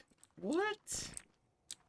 What? I want to build a base in here. After exploring the wonderful cave, I headed back out to my base. The cave was super cool, but there wasn't really anything in there. And when I got back to my base, I had the idea of making a feeding trough because my dinos were starting to get hungry. On day 66, I grabbed the recently crafted troughs and placed them together right by the hatching area. That makes sense because this is where things are going to be constantly coming to life, and they're probably going to be in desperate need of calories to justify their rapidly expanding bodies. And I then threw out all the Rexes that I hatched earlier from the cryopods, and I had stored them in the fridge because I had other stuff to do back then, and I couldn't properly imprint them until now. But it was now time to play the nanny role and focus on these future Rexes. So I started imprinting them and taking them on walks or whatever they asked for, honestly. And sometimes all they wanted was to go on a collective stroll that resulted in multiple imprints. And the Rexes really liked to walk between their requested imprint time intervals. And then I kind of just stood there AFK watching them grow and grow until they plateaued and reached adulthood, and finally I was done taking care of them. On day 67, I started organizing the Rexes by parking them next to each other neatly, and I also made sure to pick up any non-fertilized Rex eggs laying around and store them in the fridge, as they could be used for kibble in the future. And right next to the feeding trough, I placed out some refrigerators where I could store some fertilized eggs and other stuff. But these troughs are not going to fill themselves, so I saddled up one of my Rexes and went out to kill anything in my way, as that was the way of getting meat. And after enough killing, I put the raw meat that I farmed into the trough. And after that, I started doing some less violent things, like chopping down trees indefinitely and causing some mass deforestation, and then burning the wood for charcoal, which I used for gunpowder, to cause even more harm to the very same land that I live on. Anyway, I kept chopping down trees guilt-free because this world would only be an issue if I were vegan, and unfortunately this digital world, I'm not. And the trees kind of respawn, you know. But in fact, if the last 2 dodos on Earth were in front of me and my stomach had the slightest growl, I wouldn't think twice before turning them into KFC. Anywho, I now had multiple Rex eggs from the adult Rexes that were mating, so I grabbed them from the fridge and threw them out to begin hatching. And they were all born around the same time, so I started clicking E to claim them one after the other. And then I whistled them all towards me to a different area, and I began imprinting each of them, depending on what they asked for, of course. Raising and imprinting all these Rexes made me feel like I was ready to be a dad in real life. But things started to get tricky when the Rexes asked for kibble. I still had not crafted any kibbles yet, so I walked up to the industrial cooker and looked at the recipes. And I figured out that was a future problem for future me. Not present me, which is the truest form of me, and I'm most loyal to me. You know what I mean? So anyway, I cryopotted the Rexes that asked for kibble and left that issue for future me. Day 68 and most of the Rexes were now fully grown, but the next generation was necessary, so I picked up more fertilized eggs and safely stored them for later. And I also started parking all the Rexes next to each other in a new area to clear the traffic jam that all these growing Rexes have made. And I forgot to disable mating on the Rexes, and they're apparently too close to the ACs or something, because the eggs actually hatched without being in the hatching platform. But sadly, these Rexes were too old to properly imprint, so I used the Wyvern's ability to sort out the post-born abortion. But at this point, it's not even abortion, it's just murder.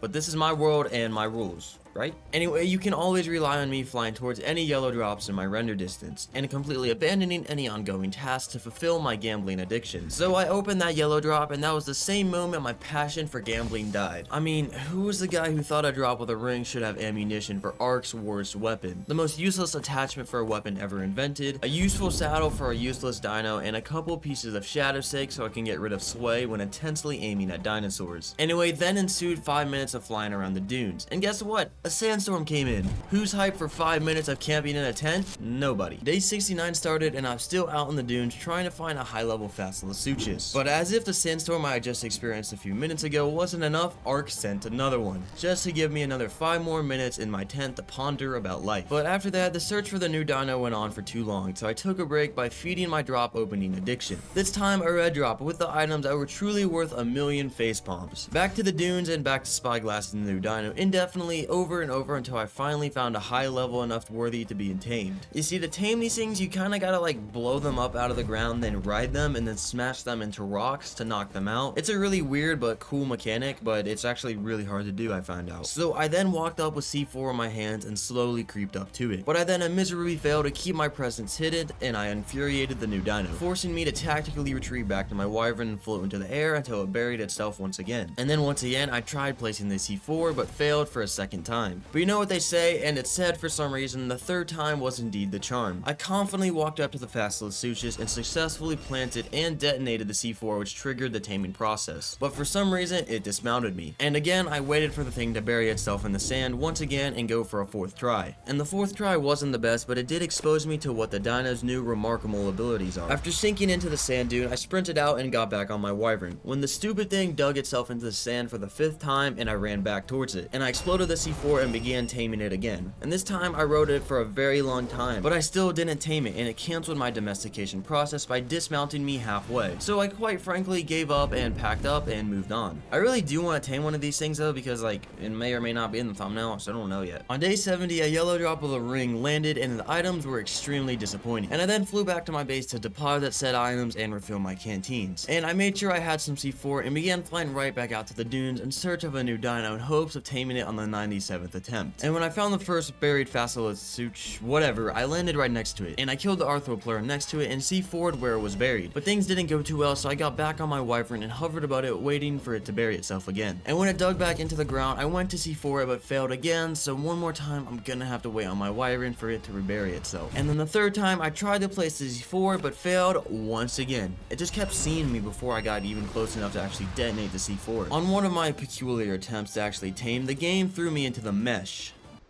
Bro. Nah. After getting back to the real world and the real ground, I finally walked up and successfully detonated the C4, making way for the second step of the taming process, finally man. But that was to mount it again and hope for the best. But for the unknown reasons, I was once again kicked off the mount and the taming was cancelled. Bro.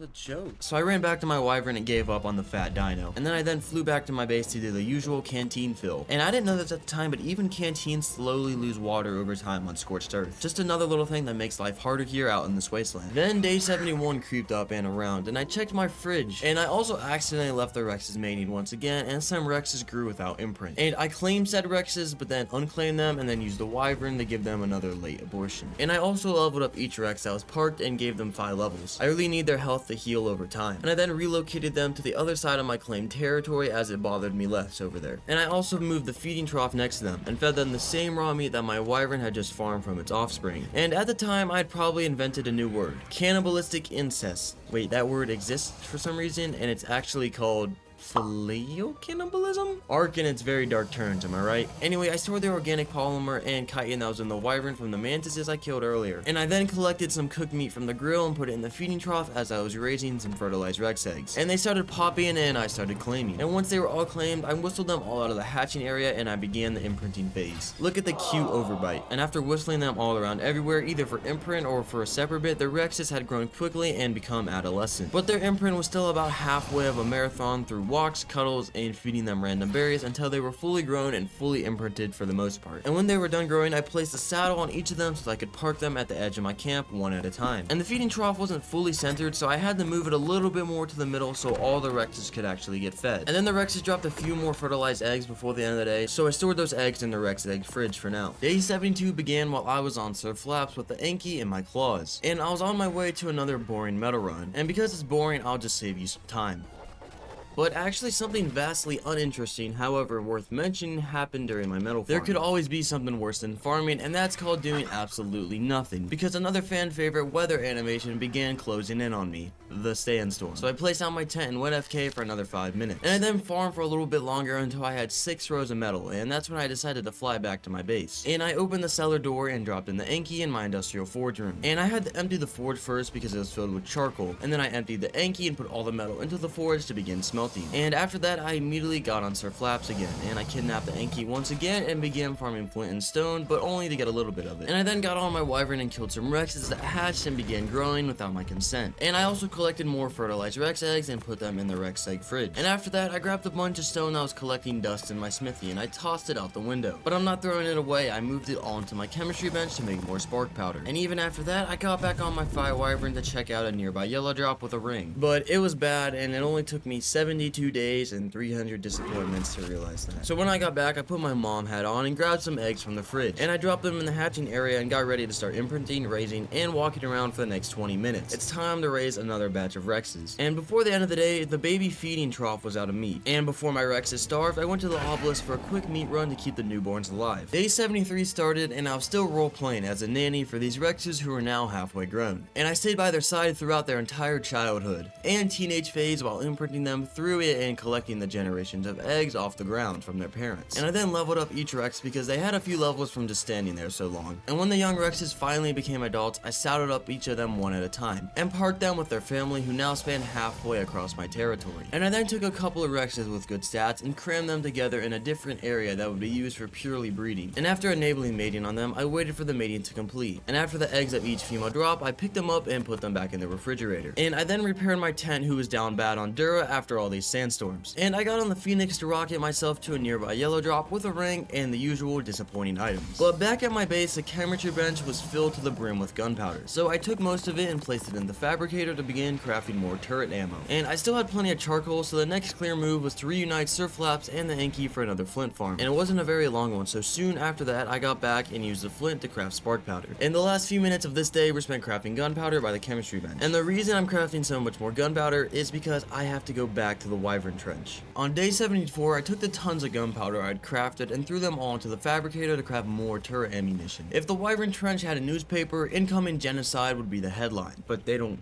know it yet, so I don't know how that would work. Anyway, I then got on my Phoenix, who was officially the fastest dino on Scorched Earth, and I used it to loot another yellow drop with a ring, which actually wasn't so bad because it had an Ascended Lymantria saddle. But after that, I reunited with the Oasisaur, who was already waiting for me in position to attack the Wyvern Trench again, but I wasn't gonna go inside just yet. Instead, I was just simply passing through. The first Wyvern who gets a taste of technology was a level 5 Poison Wyvern who got insta-clapped for flying too close to the sun. But it did go out with sort of the last laugh by dying right next to the Oasisaur, preventing any further movement. And this forced me to go harvest its body and to continue hovering towards base to refill the turrets with the new wave of ammo I crafted. If you didn't remember, I left the Oasisaur literally out by the Wyvern Trench, so I now gotta fly back to my base. But when I did finally get it back to my base, I spyglassed each turret to get an idea of how much ammo I needed to craft, and which turrets needed it most. But I put the turret mission to the side for a second by first accessing each of the Rex's inventory to level them all up, even if it just was one level. Right now I'm putting all their points in the health so they can passively heal over time, and by the time that I have to fight the Manticore,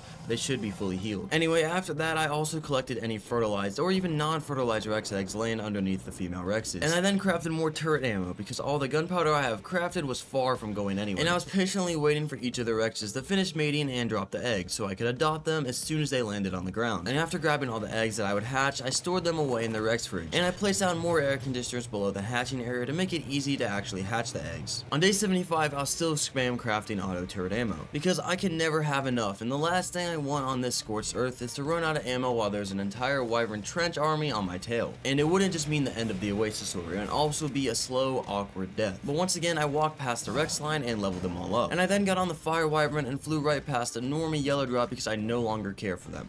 Just kidding, I'll definitely be looting them in the future. Anyway, I was also carrying my Thylacoleo and my Wyvern's Talons. And the Thylacoleo, who went by the cool name of Flopper, was finally able to help me traverse a new cave. I had to get the last artifact that I needed for the Alpha Manticore fight. But the cave was pretty straightforward to travel past, and the predators inside were easily handled by Flopper. And there was even an explorer note inside, and a weird glowing orange thing that I tried farming, but it was just purely aesthetics. But in the last room where the artifact was staring at me, I killed a couple more cave critters until I could peacefully loot the artifact. And I then turned around and exited the cave. And when I got out, I cryopotted the boy Floppers and then got on my Wyvern to return back to base. But not before being fooled by a yellow drop with a ring once again. I told you I was gonna keep going for them. I mean, at least it had some cluster grenades which were fun to throw. But as soon as I got back, I put the red artifact onto the pedestal to flex to myself because I'm the only human on this earth. But later on, I got on Skipper and started hopping around while a thunderstorm was developing in the background. But I was actually in search of a Lystrosaurus. And it wasn't long before I found one and began collecting Mayho berries to passively tame it. But I was actually taming the Slystro because of their unique ability to give experience to nearby tame dinos, something that was vital for leveling up each of my Rexes. But remember the thunderstorm? Well, yeah, it turns out that disables the use of cryopods, so I cannot cryopod the Slystro. But that's when I realized this modern problem required a past solution. The kangaroo pouch was a perfect fit for the chubby Lystro, and I was able to bounce home. I turned to the next page where day 76 starts, and I was back in my base with the Lystro whose name is questionable. His name's Cody, alright?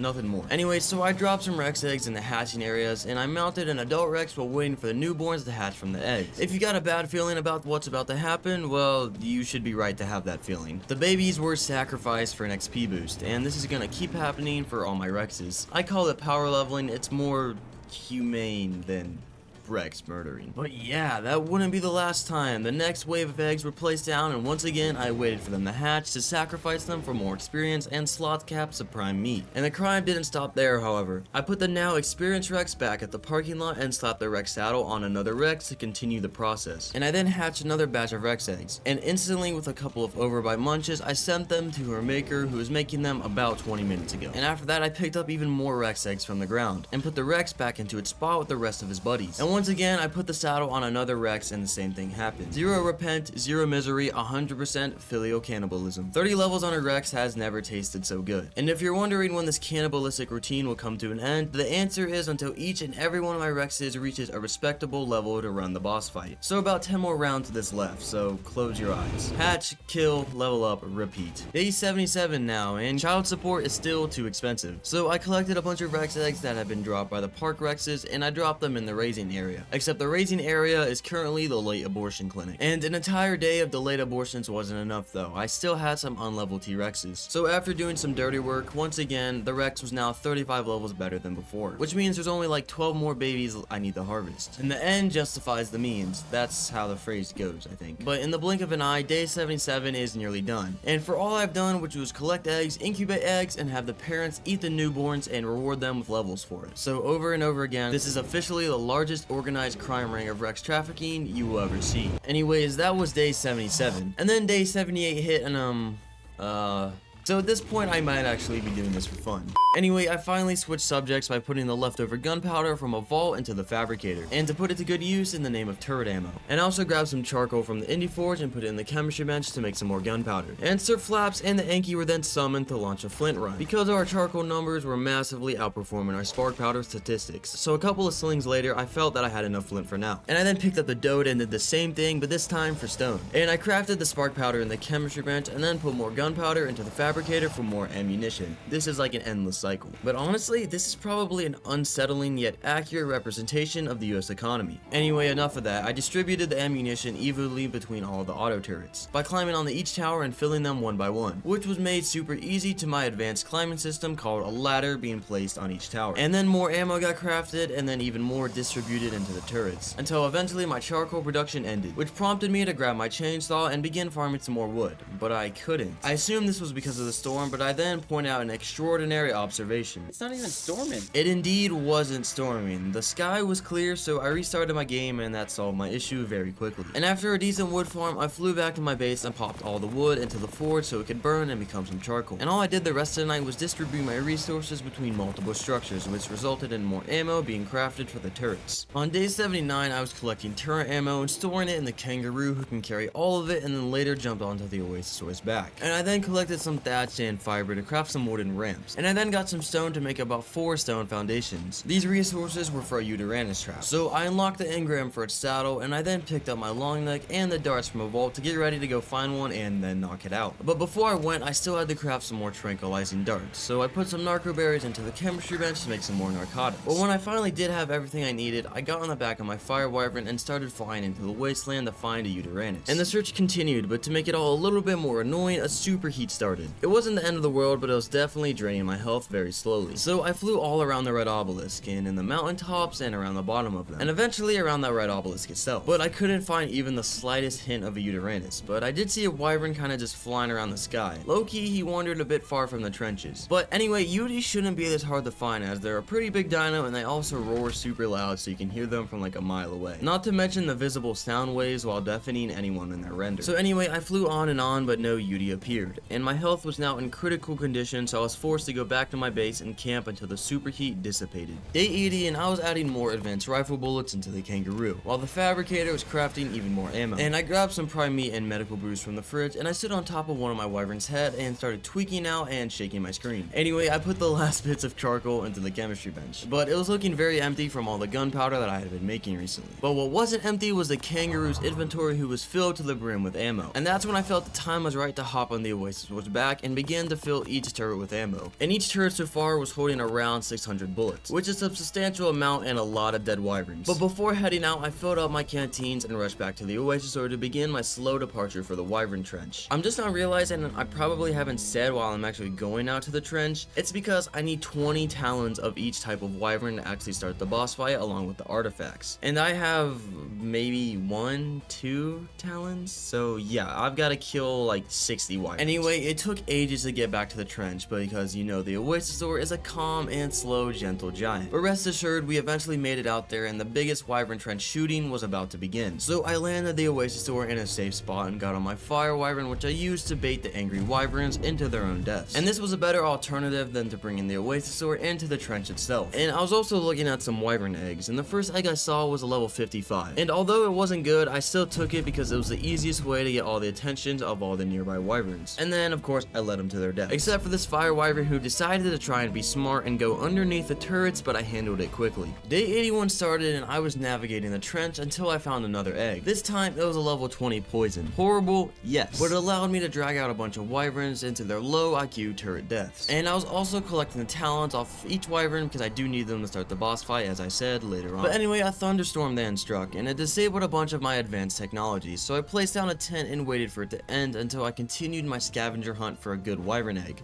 and to get all the talons. And a poison wyvern was floating above the scar that I wanted to get rid of it. So I breathed it with the idea of bringing it back to my turrets, but it was a level 20, so instead it folded in half before it even got close to my turrets. And I was able to retrieve the poison talon from its inventory. And I then searched the trench until I found a level 120 poison egg. And as per usual, a couple of angry wyverns followed me. But for some reason, they forgot about me before they could even get to the turrets, so I had to bait them once again. Anyway, I then flew around the trench until I caught the attention of some more wyverns, again, who I dragged out of the trench into their death. And there was also a fire wyvern minding his own business in the sky, but I was here to farm talons, so I popped them. And I then clapped the lightning wyvern for its talons, and then moved on to the trench where I found a poison, but it was a level 15, so I accessed my inventory after taking it down and munched it down for some free protein. And a few moments later, the best wyvern egg I've seen so far, and possibly for the rest of this gameplay, was a level 185 poison egg. I really wish it was a lightning wyvern egg, but whatever. So after looting it, I waited around the trench, expecting some nearby wyverns to be fuming, but nobody had a care in the world for the egg I just kidnapped. All except for this one wyvern who was stuck on the foliage, so I pumped it to death. Unlucky dude. Anyway, I flew into the other side of the trench that was still unexplored by me, and I purposely pissed off as many wyverns as I could so I could lead them back into my turrets that were still healthy on ammo. And I felt like enough wyvern blood was spilled by now, so I started flying back to my base with my wyvern, and I left the oasis in the dunes as it would be safe, as it literally has like 14 turrets on the back of it. Anyway, on my way back, I saw a red drop, but I knew better. I only landed next to it to bait you and to get some stamina. Well, back at base, I saw the phoenix, and I was tempted to just rock it around for a little bit for the rest of the day. Day 82 started with me leveling up all my Rexes, and I also collected the best Rex saddles I had in my base and equipped the Rexes with them. And after that, I got on my fire wyvern to fly out until I realized I had a phoenix. So I turned around and got on that instead. And I zoomed out to the dunes in the cool arena at Mach 10 with the phoenix. And I eventually made my way to the wyvern trench, but I got myself in trouble. You see, I learned the hard way that the phoenix doesn't do its zoom thing when it's starving. You gotta go. We gotta go.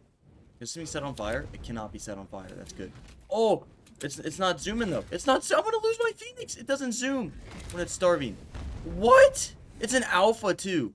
No! I didn't know they don't zoom when they're starving. And to make this predicament much worse for me, the wyvern was also an alpha wyvern. So of course the phoenix turned to ashes and it wouldn't arise from them ever again. And I would also get clapped. The reason I was trying to do this was I was actually trying to lead a wyvern back to my oasis sword, to kill it to get the sulfur to continue feeding my phoenix so I can, you know, keep flying. But I miscalculated and now my phoenix is dead. So I flew back on my wyvern for revenge and I led it to my turret trap. And it actually soaked a lot more ammo than I would have thought, but nevertheless it went to sleep permanently just like my phoenix. And I looted all the wyvern milk that it had and I was able to retrieve my items safely. And I then continued scouting the trench for wyverns and leading them back to my turret trap so I could harvest their talons for the boss fight because I still needed more. And when I flew back to base, a red drop with a ring was landing in front of me, so I had to wait for it. And once it landed, I opened it. Are you serious? Eventually, I got back to my base and stored the milk inside the preserving bin. And the good Rex saddles were already put to use. But I didn't have enough, so I crafted 11 primitive saddles for the rest of them. On day 83, I placed the saddles on each Rex. And then I flew on my wyvern out towards a red drop that had a mind wipe, 19 metal arrows, and a bunch of other useless stuff. And I then flew all the way back to the wyvern trench where the Oasisaur was sitting AFK. And I parked the wyvern on it and started flying the Oasisaur towards a different area of the trench just to be closer to the wyvern. And I then started looking for wyvern eggs in the new part of the trench. And that's when I found a level 15 that I stole, and it instantly got all the wyvern's attention, and I quickly led them back to my turrets. But I realized the Oasisaur could be a lot closer to the trench, so I wouldn't have to lead the wyvern so far. So I parked it very close instead of having it far back. So I then led a bunch of wyverns to their death, until the trench was safe enough to just fly in with the Oasisaur itself. And I sailed very closely to the ground to keep the wyverns above me where the turrets could shred them. And I traveled through about half the trench shredding wyverns the whole time. But nothing really happened besides, you know, just killing the wyverns. No good eggs were found or anything. Day 84 was here, and I was also still here, at the trench of course, unleashing havoc on the innocent wyvern population. And I flew into a new chamber of the trench with a bunch of wyverns, and I started sniping each of them one by one with my pump. This wasn't about wyvern eggs, no, I still needed their talons. And when turning a corner, a lightning took a beating, but its corpse landed on the Oasisaur, causing a bug.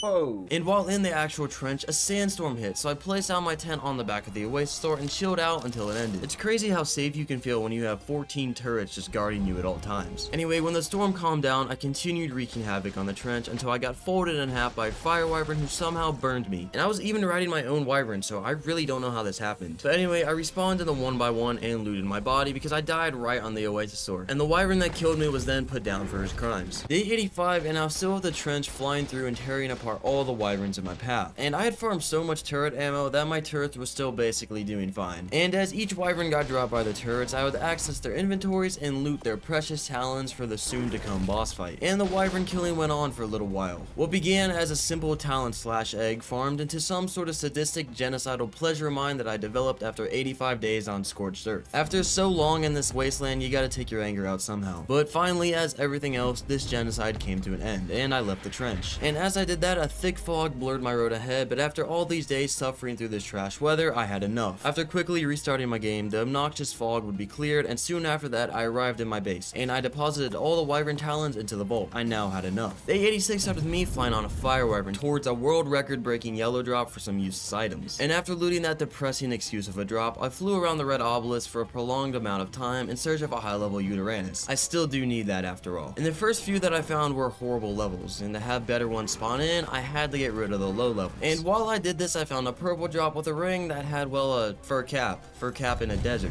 Do I have to expand on this, or do you get the idea? Anyway, later on, a yellow drop with the same story, just slightly more useful because it has pearls. So I kept on flying around the mountains trying to find a good Uti, but to no avail. The highly desired high level Uti decided to not show up no matter how hard I searched. Day 87 started while I was still trying to find a good Uti. The Uti was essential to buffing my Rex army with its courage roar while in the Manticore boss fight. But this game doesn't like me, and it probably never will, because no matter how long I searched for one, it didn't show up. Anyways, I found a purple drop with a bunch of salt. However, there wasn't enough salt on this map that can compare to how salty I felt after opening another useless drop for 87 days. However, I must have a huge gambling addiction, because moments later when I saw a yellow drop, I rushed towards it to loot the horrible items that it contained. And lots of more wyvern wing flaps occurred, but zero Uti roars were heard. So back to base I went to recharge for my next Uranus scavenger hunt. Day 88 started with me on my own wyvern in search of a Uti once again. But this time the search was cut short by actually finding a decent one. It was a level 145. So I placed down my trap and began leading the Uti towards it. And it took a little coercing, but eventually the Uti walked right up and fell into the trap. And it kind of looked like it can just walk out of the trap, but it couldn't, because Ark physics. So I started shooting some tranquilizer darts at it, but the sandstorm kicked in. But this wasn't an issue, however, because I placed down my tent and went inside and kept the door open to shoot the Uti from the inside. And then the storm ended and the Uti fell asleep. And a game of patience followed, as I just had to wait for the Uti to eat some food and then tame. And in the meantime, I would fly around the map until I found an RG. And I killed it and harvested it for a bunch of prime meat, which would allow me to tame the Uti very quickly. And then a superheat struck, so I placed my tent down once again and sat inside of it for a little while. But that time came to an abrupt end when the Carno pulled up to me and popped my tent. So I then had to pop the Carno in retaliation. But immediately after that, the Uranus tamed, prompting the naming event. And I chose the name Rorosaurus. I think it's a good name, don't question it. So anyway, I cryopotted Rorosaurus and got back on my wyvern and then dipped back to my base. Day 89, I was back in my base, and I popped out the Yudi and slapped the 176 armor saddle onto it. This thing is kind of a tank now. And I then enabled mating on a bunch of my Rexes so I could hatch another group of baby Rexes and then kill them with the Yudi for levels. So once the Rexes popped out, I brought the Yudi with me to the hatching area, and I boosted its experience by petting the Lycersaurus and then killing down all the Rexes. And the Yudi gained a lot of levels from this, of course. And some terror bird was outside the gates of my territory, and I had to go over and calm it down with my shotgun. But after that, I did pretty much nothing because I had wanted a break. See, I've done a lot in the past 90 days now, so like, come on, cut me some slack. But after that, I started picking some fiber with my sickle for a little bit. And I then got on my RG and farmed a good amount of wood with my chainsaw. And I then collected some hide that I stored in my vaults, and with all these resources combined, I started crafting a bunch of spike walls. And with the spike walls, I began placing them around the green obelisk, because I really don't want any hostile dinos to just stroll over here whenever they please. And I'm gonna have my boss fighting army there in a few days now, so like, you know, I kind of want to protect the area. On day 90, I stripped all my clothes off to repair them in the smithy, of course. It had been heavily damaged from my previous adventures, and I made sure I had everything I needed on me like C4, because it was now finally time again that I'm gonna attempt to try and tame the new dino, the Vasilasuchus. Yeah,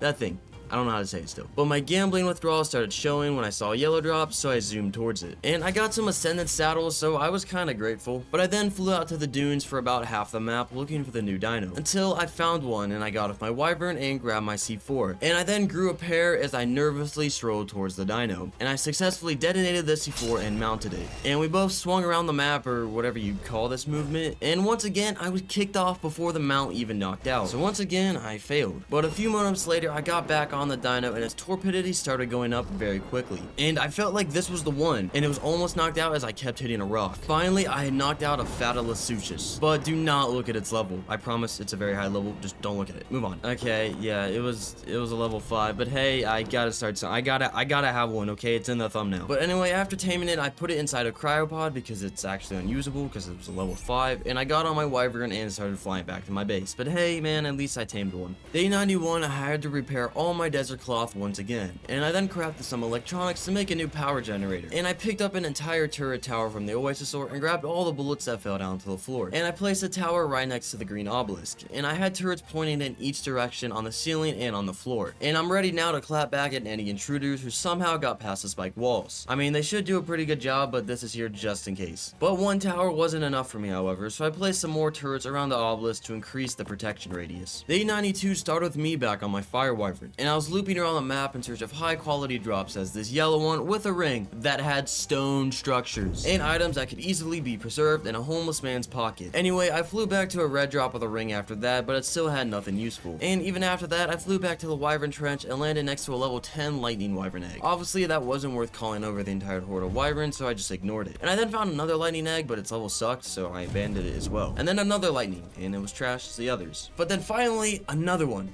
It was level 20. And then another one, but this time it was level 5. As if Wildcard themselves were behind the screen giggling at my misery. I really wanted a lightning wyvern because, as I said, they're my favorite, but it's looking like it's not gonna work out. But apparently after my mass genocide, the only wyverns that survived were lightning wyverns, but they were all terrible. So after seeing so many terrible lightning wyvern eggs, I got some revenge on the lightning wyverns for trolling me by clapping an adult one with a couple of fire breaths before the end of the day. On day 93, I did a bit of nothing, you know? I contemplated my life by standing there a bit inside my base staring at 2 artifacts. And I then stared at the horizon for a while. And after watching the sunrise, I ended day 93 with an intense staring contest with the industrial cooker. I lost.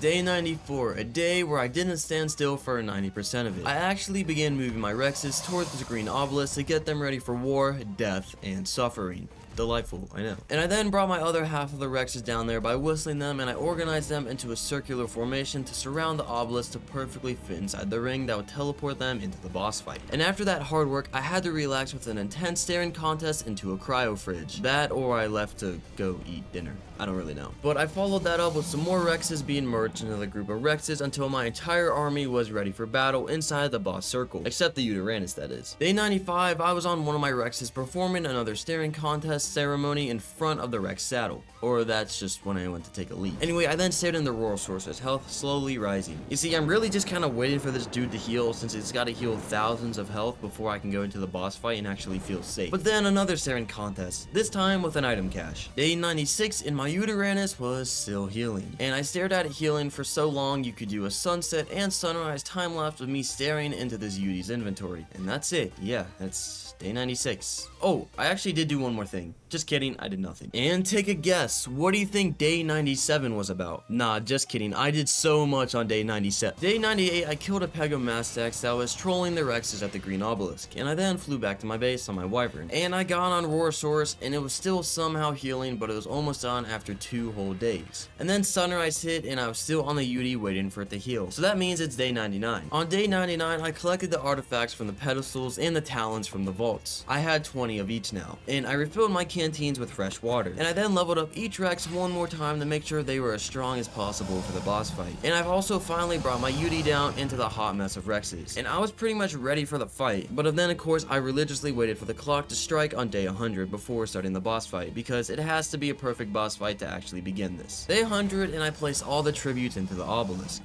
Let's start this boss fight. And so I clicked the red alpha boss fight to begin the famous 30-second countdown, and I proudly stood next to my Udi, waiting for the battle to begin. And I attempted a motivational speech for my troops before the battle. But 100 days have been... I can't even give a motivational speech. Let's just kill this thing. Anyway, then the countdown struck 0. And I was teleported into the arena. It was time that I had been waiting for ever since I spawned in back on day 1. After everything we had gone through, it was time to make sure it hasn't been for nothing. And as they say in TikTok, it was time to lock in. So I mounted the Udi as the Manticore flew to the ground, shooting weird stuff that could easily put my dinos to sleep if we get hit with too many of them. Yeah, that does so much torpor. After a brief landing, the Manticore got back on its wings, but it wouldn't be long before... Oh, it's landed on me!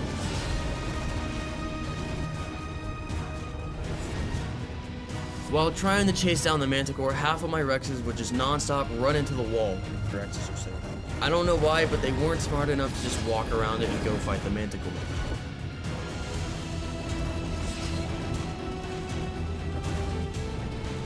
Oh my god, it landed on me. Yes, okay, attack it, attack it. Get the Manticore, not the Rugnoles. I think we get it, I think we got it. Please, please. No! It's so low. Yes! Yes! Yes! Yes! We got it. We got it. Easy, dude. Just like that. Ladies and gentlemen, this was dry. This was salty. This was 100 days on Ark Scorched Earth. And don't forget, the reason I never stopped looting drops despite how horrible they actually were is because there's no losing in gambling. Only quitters. Have a good one.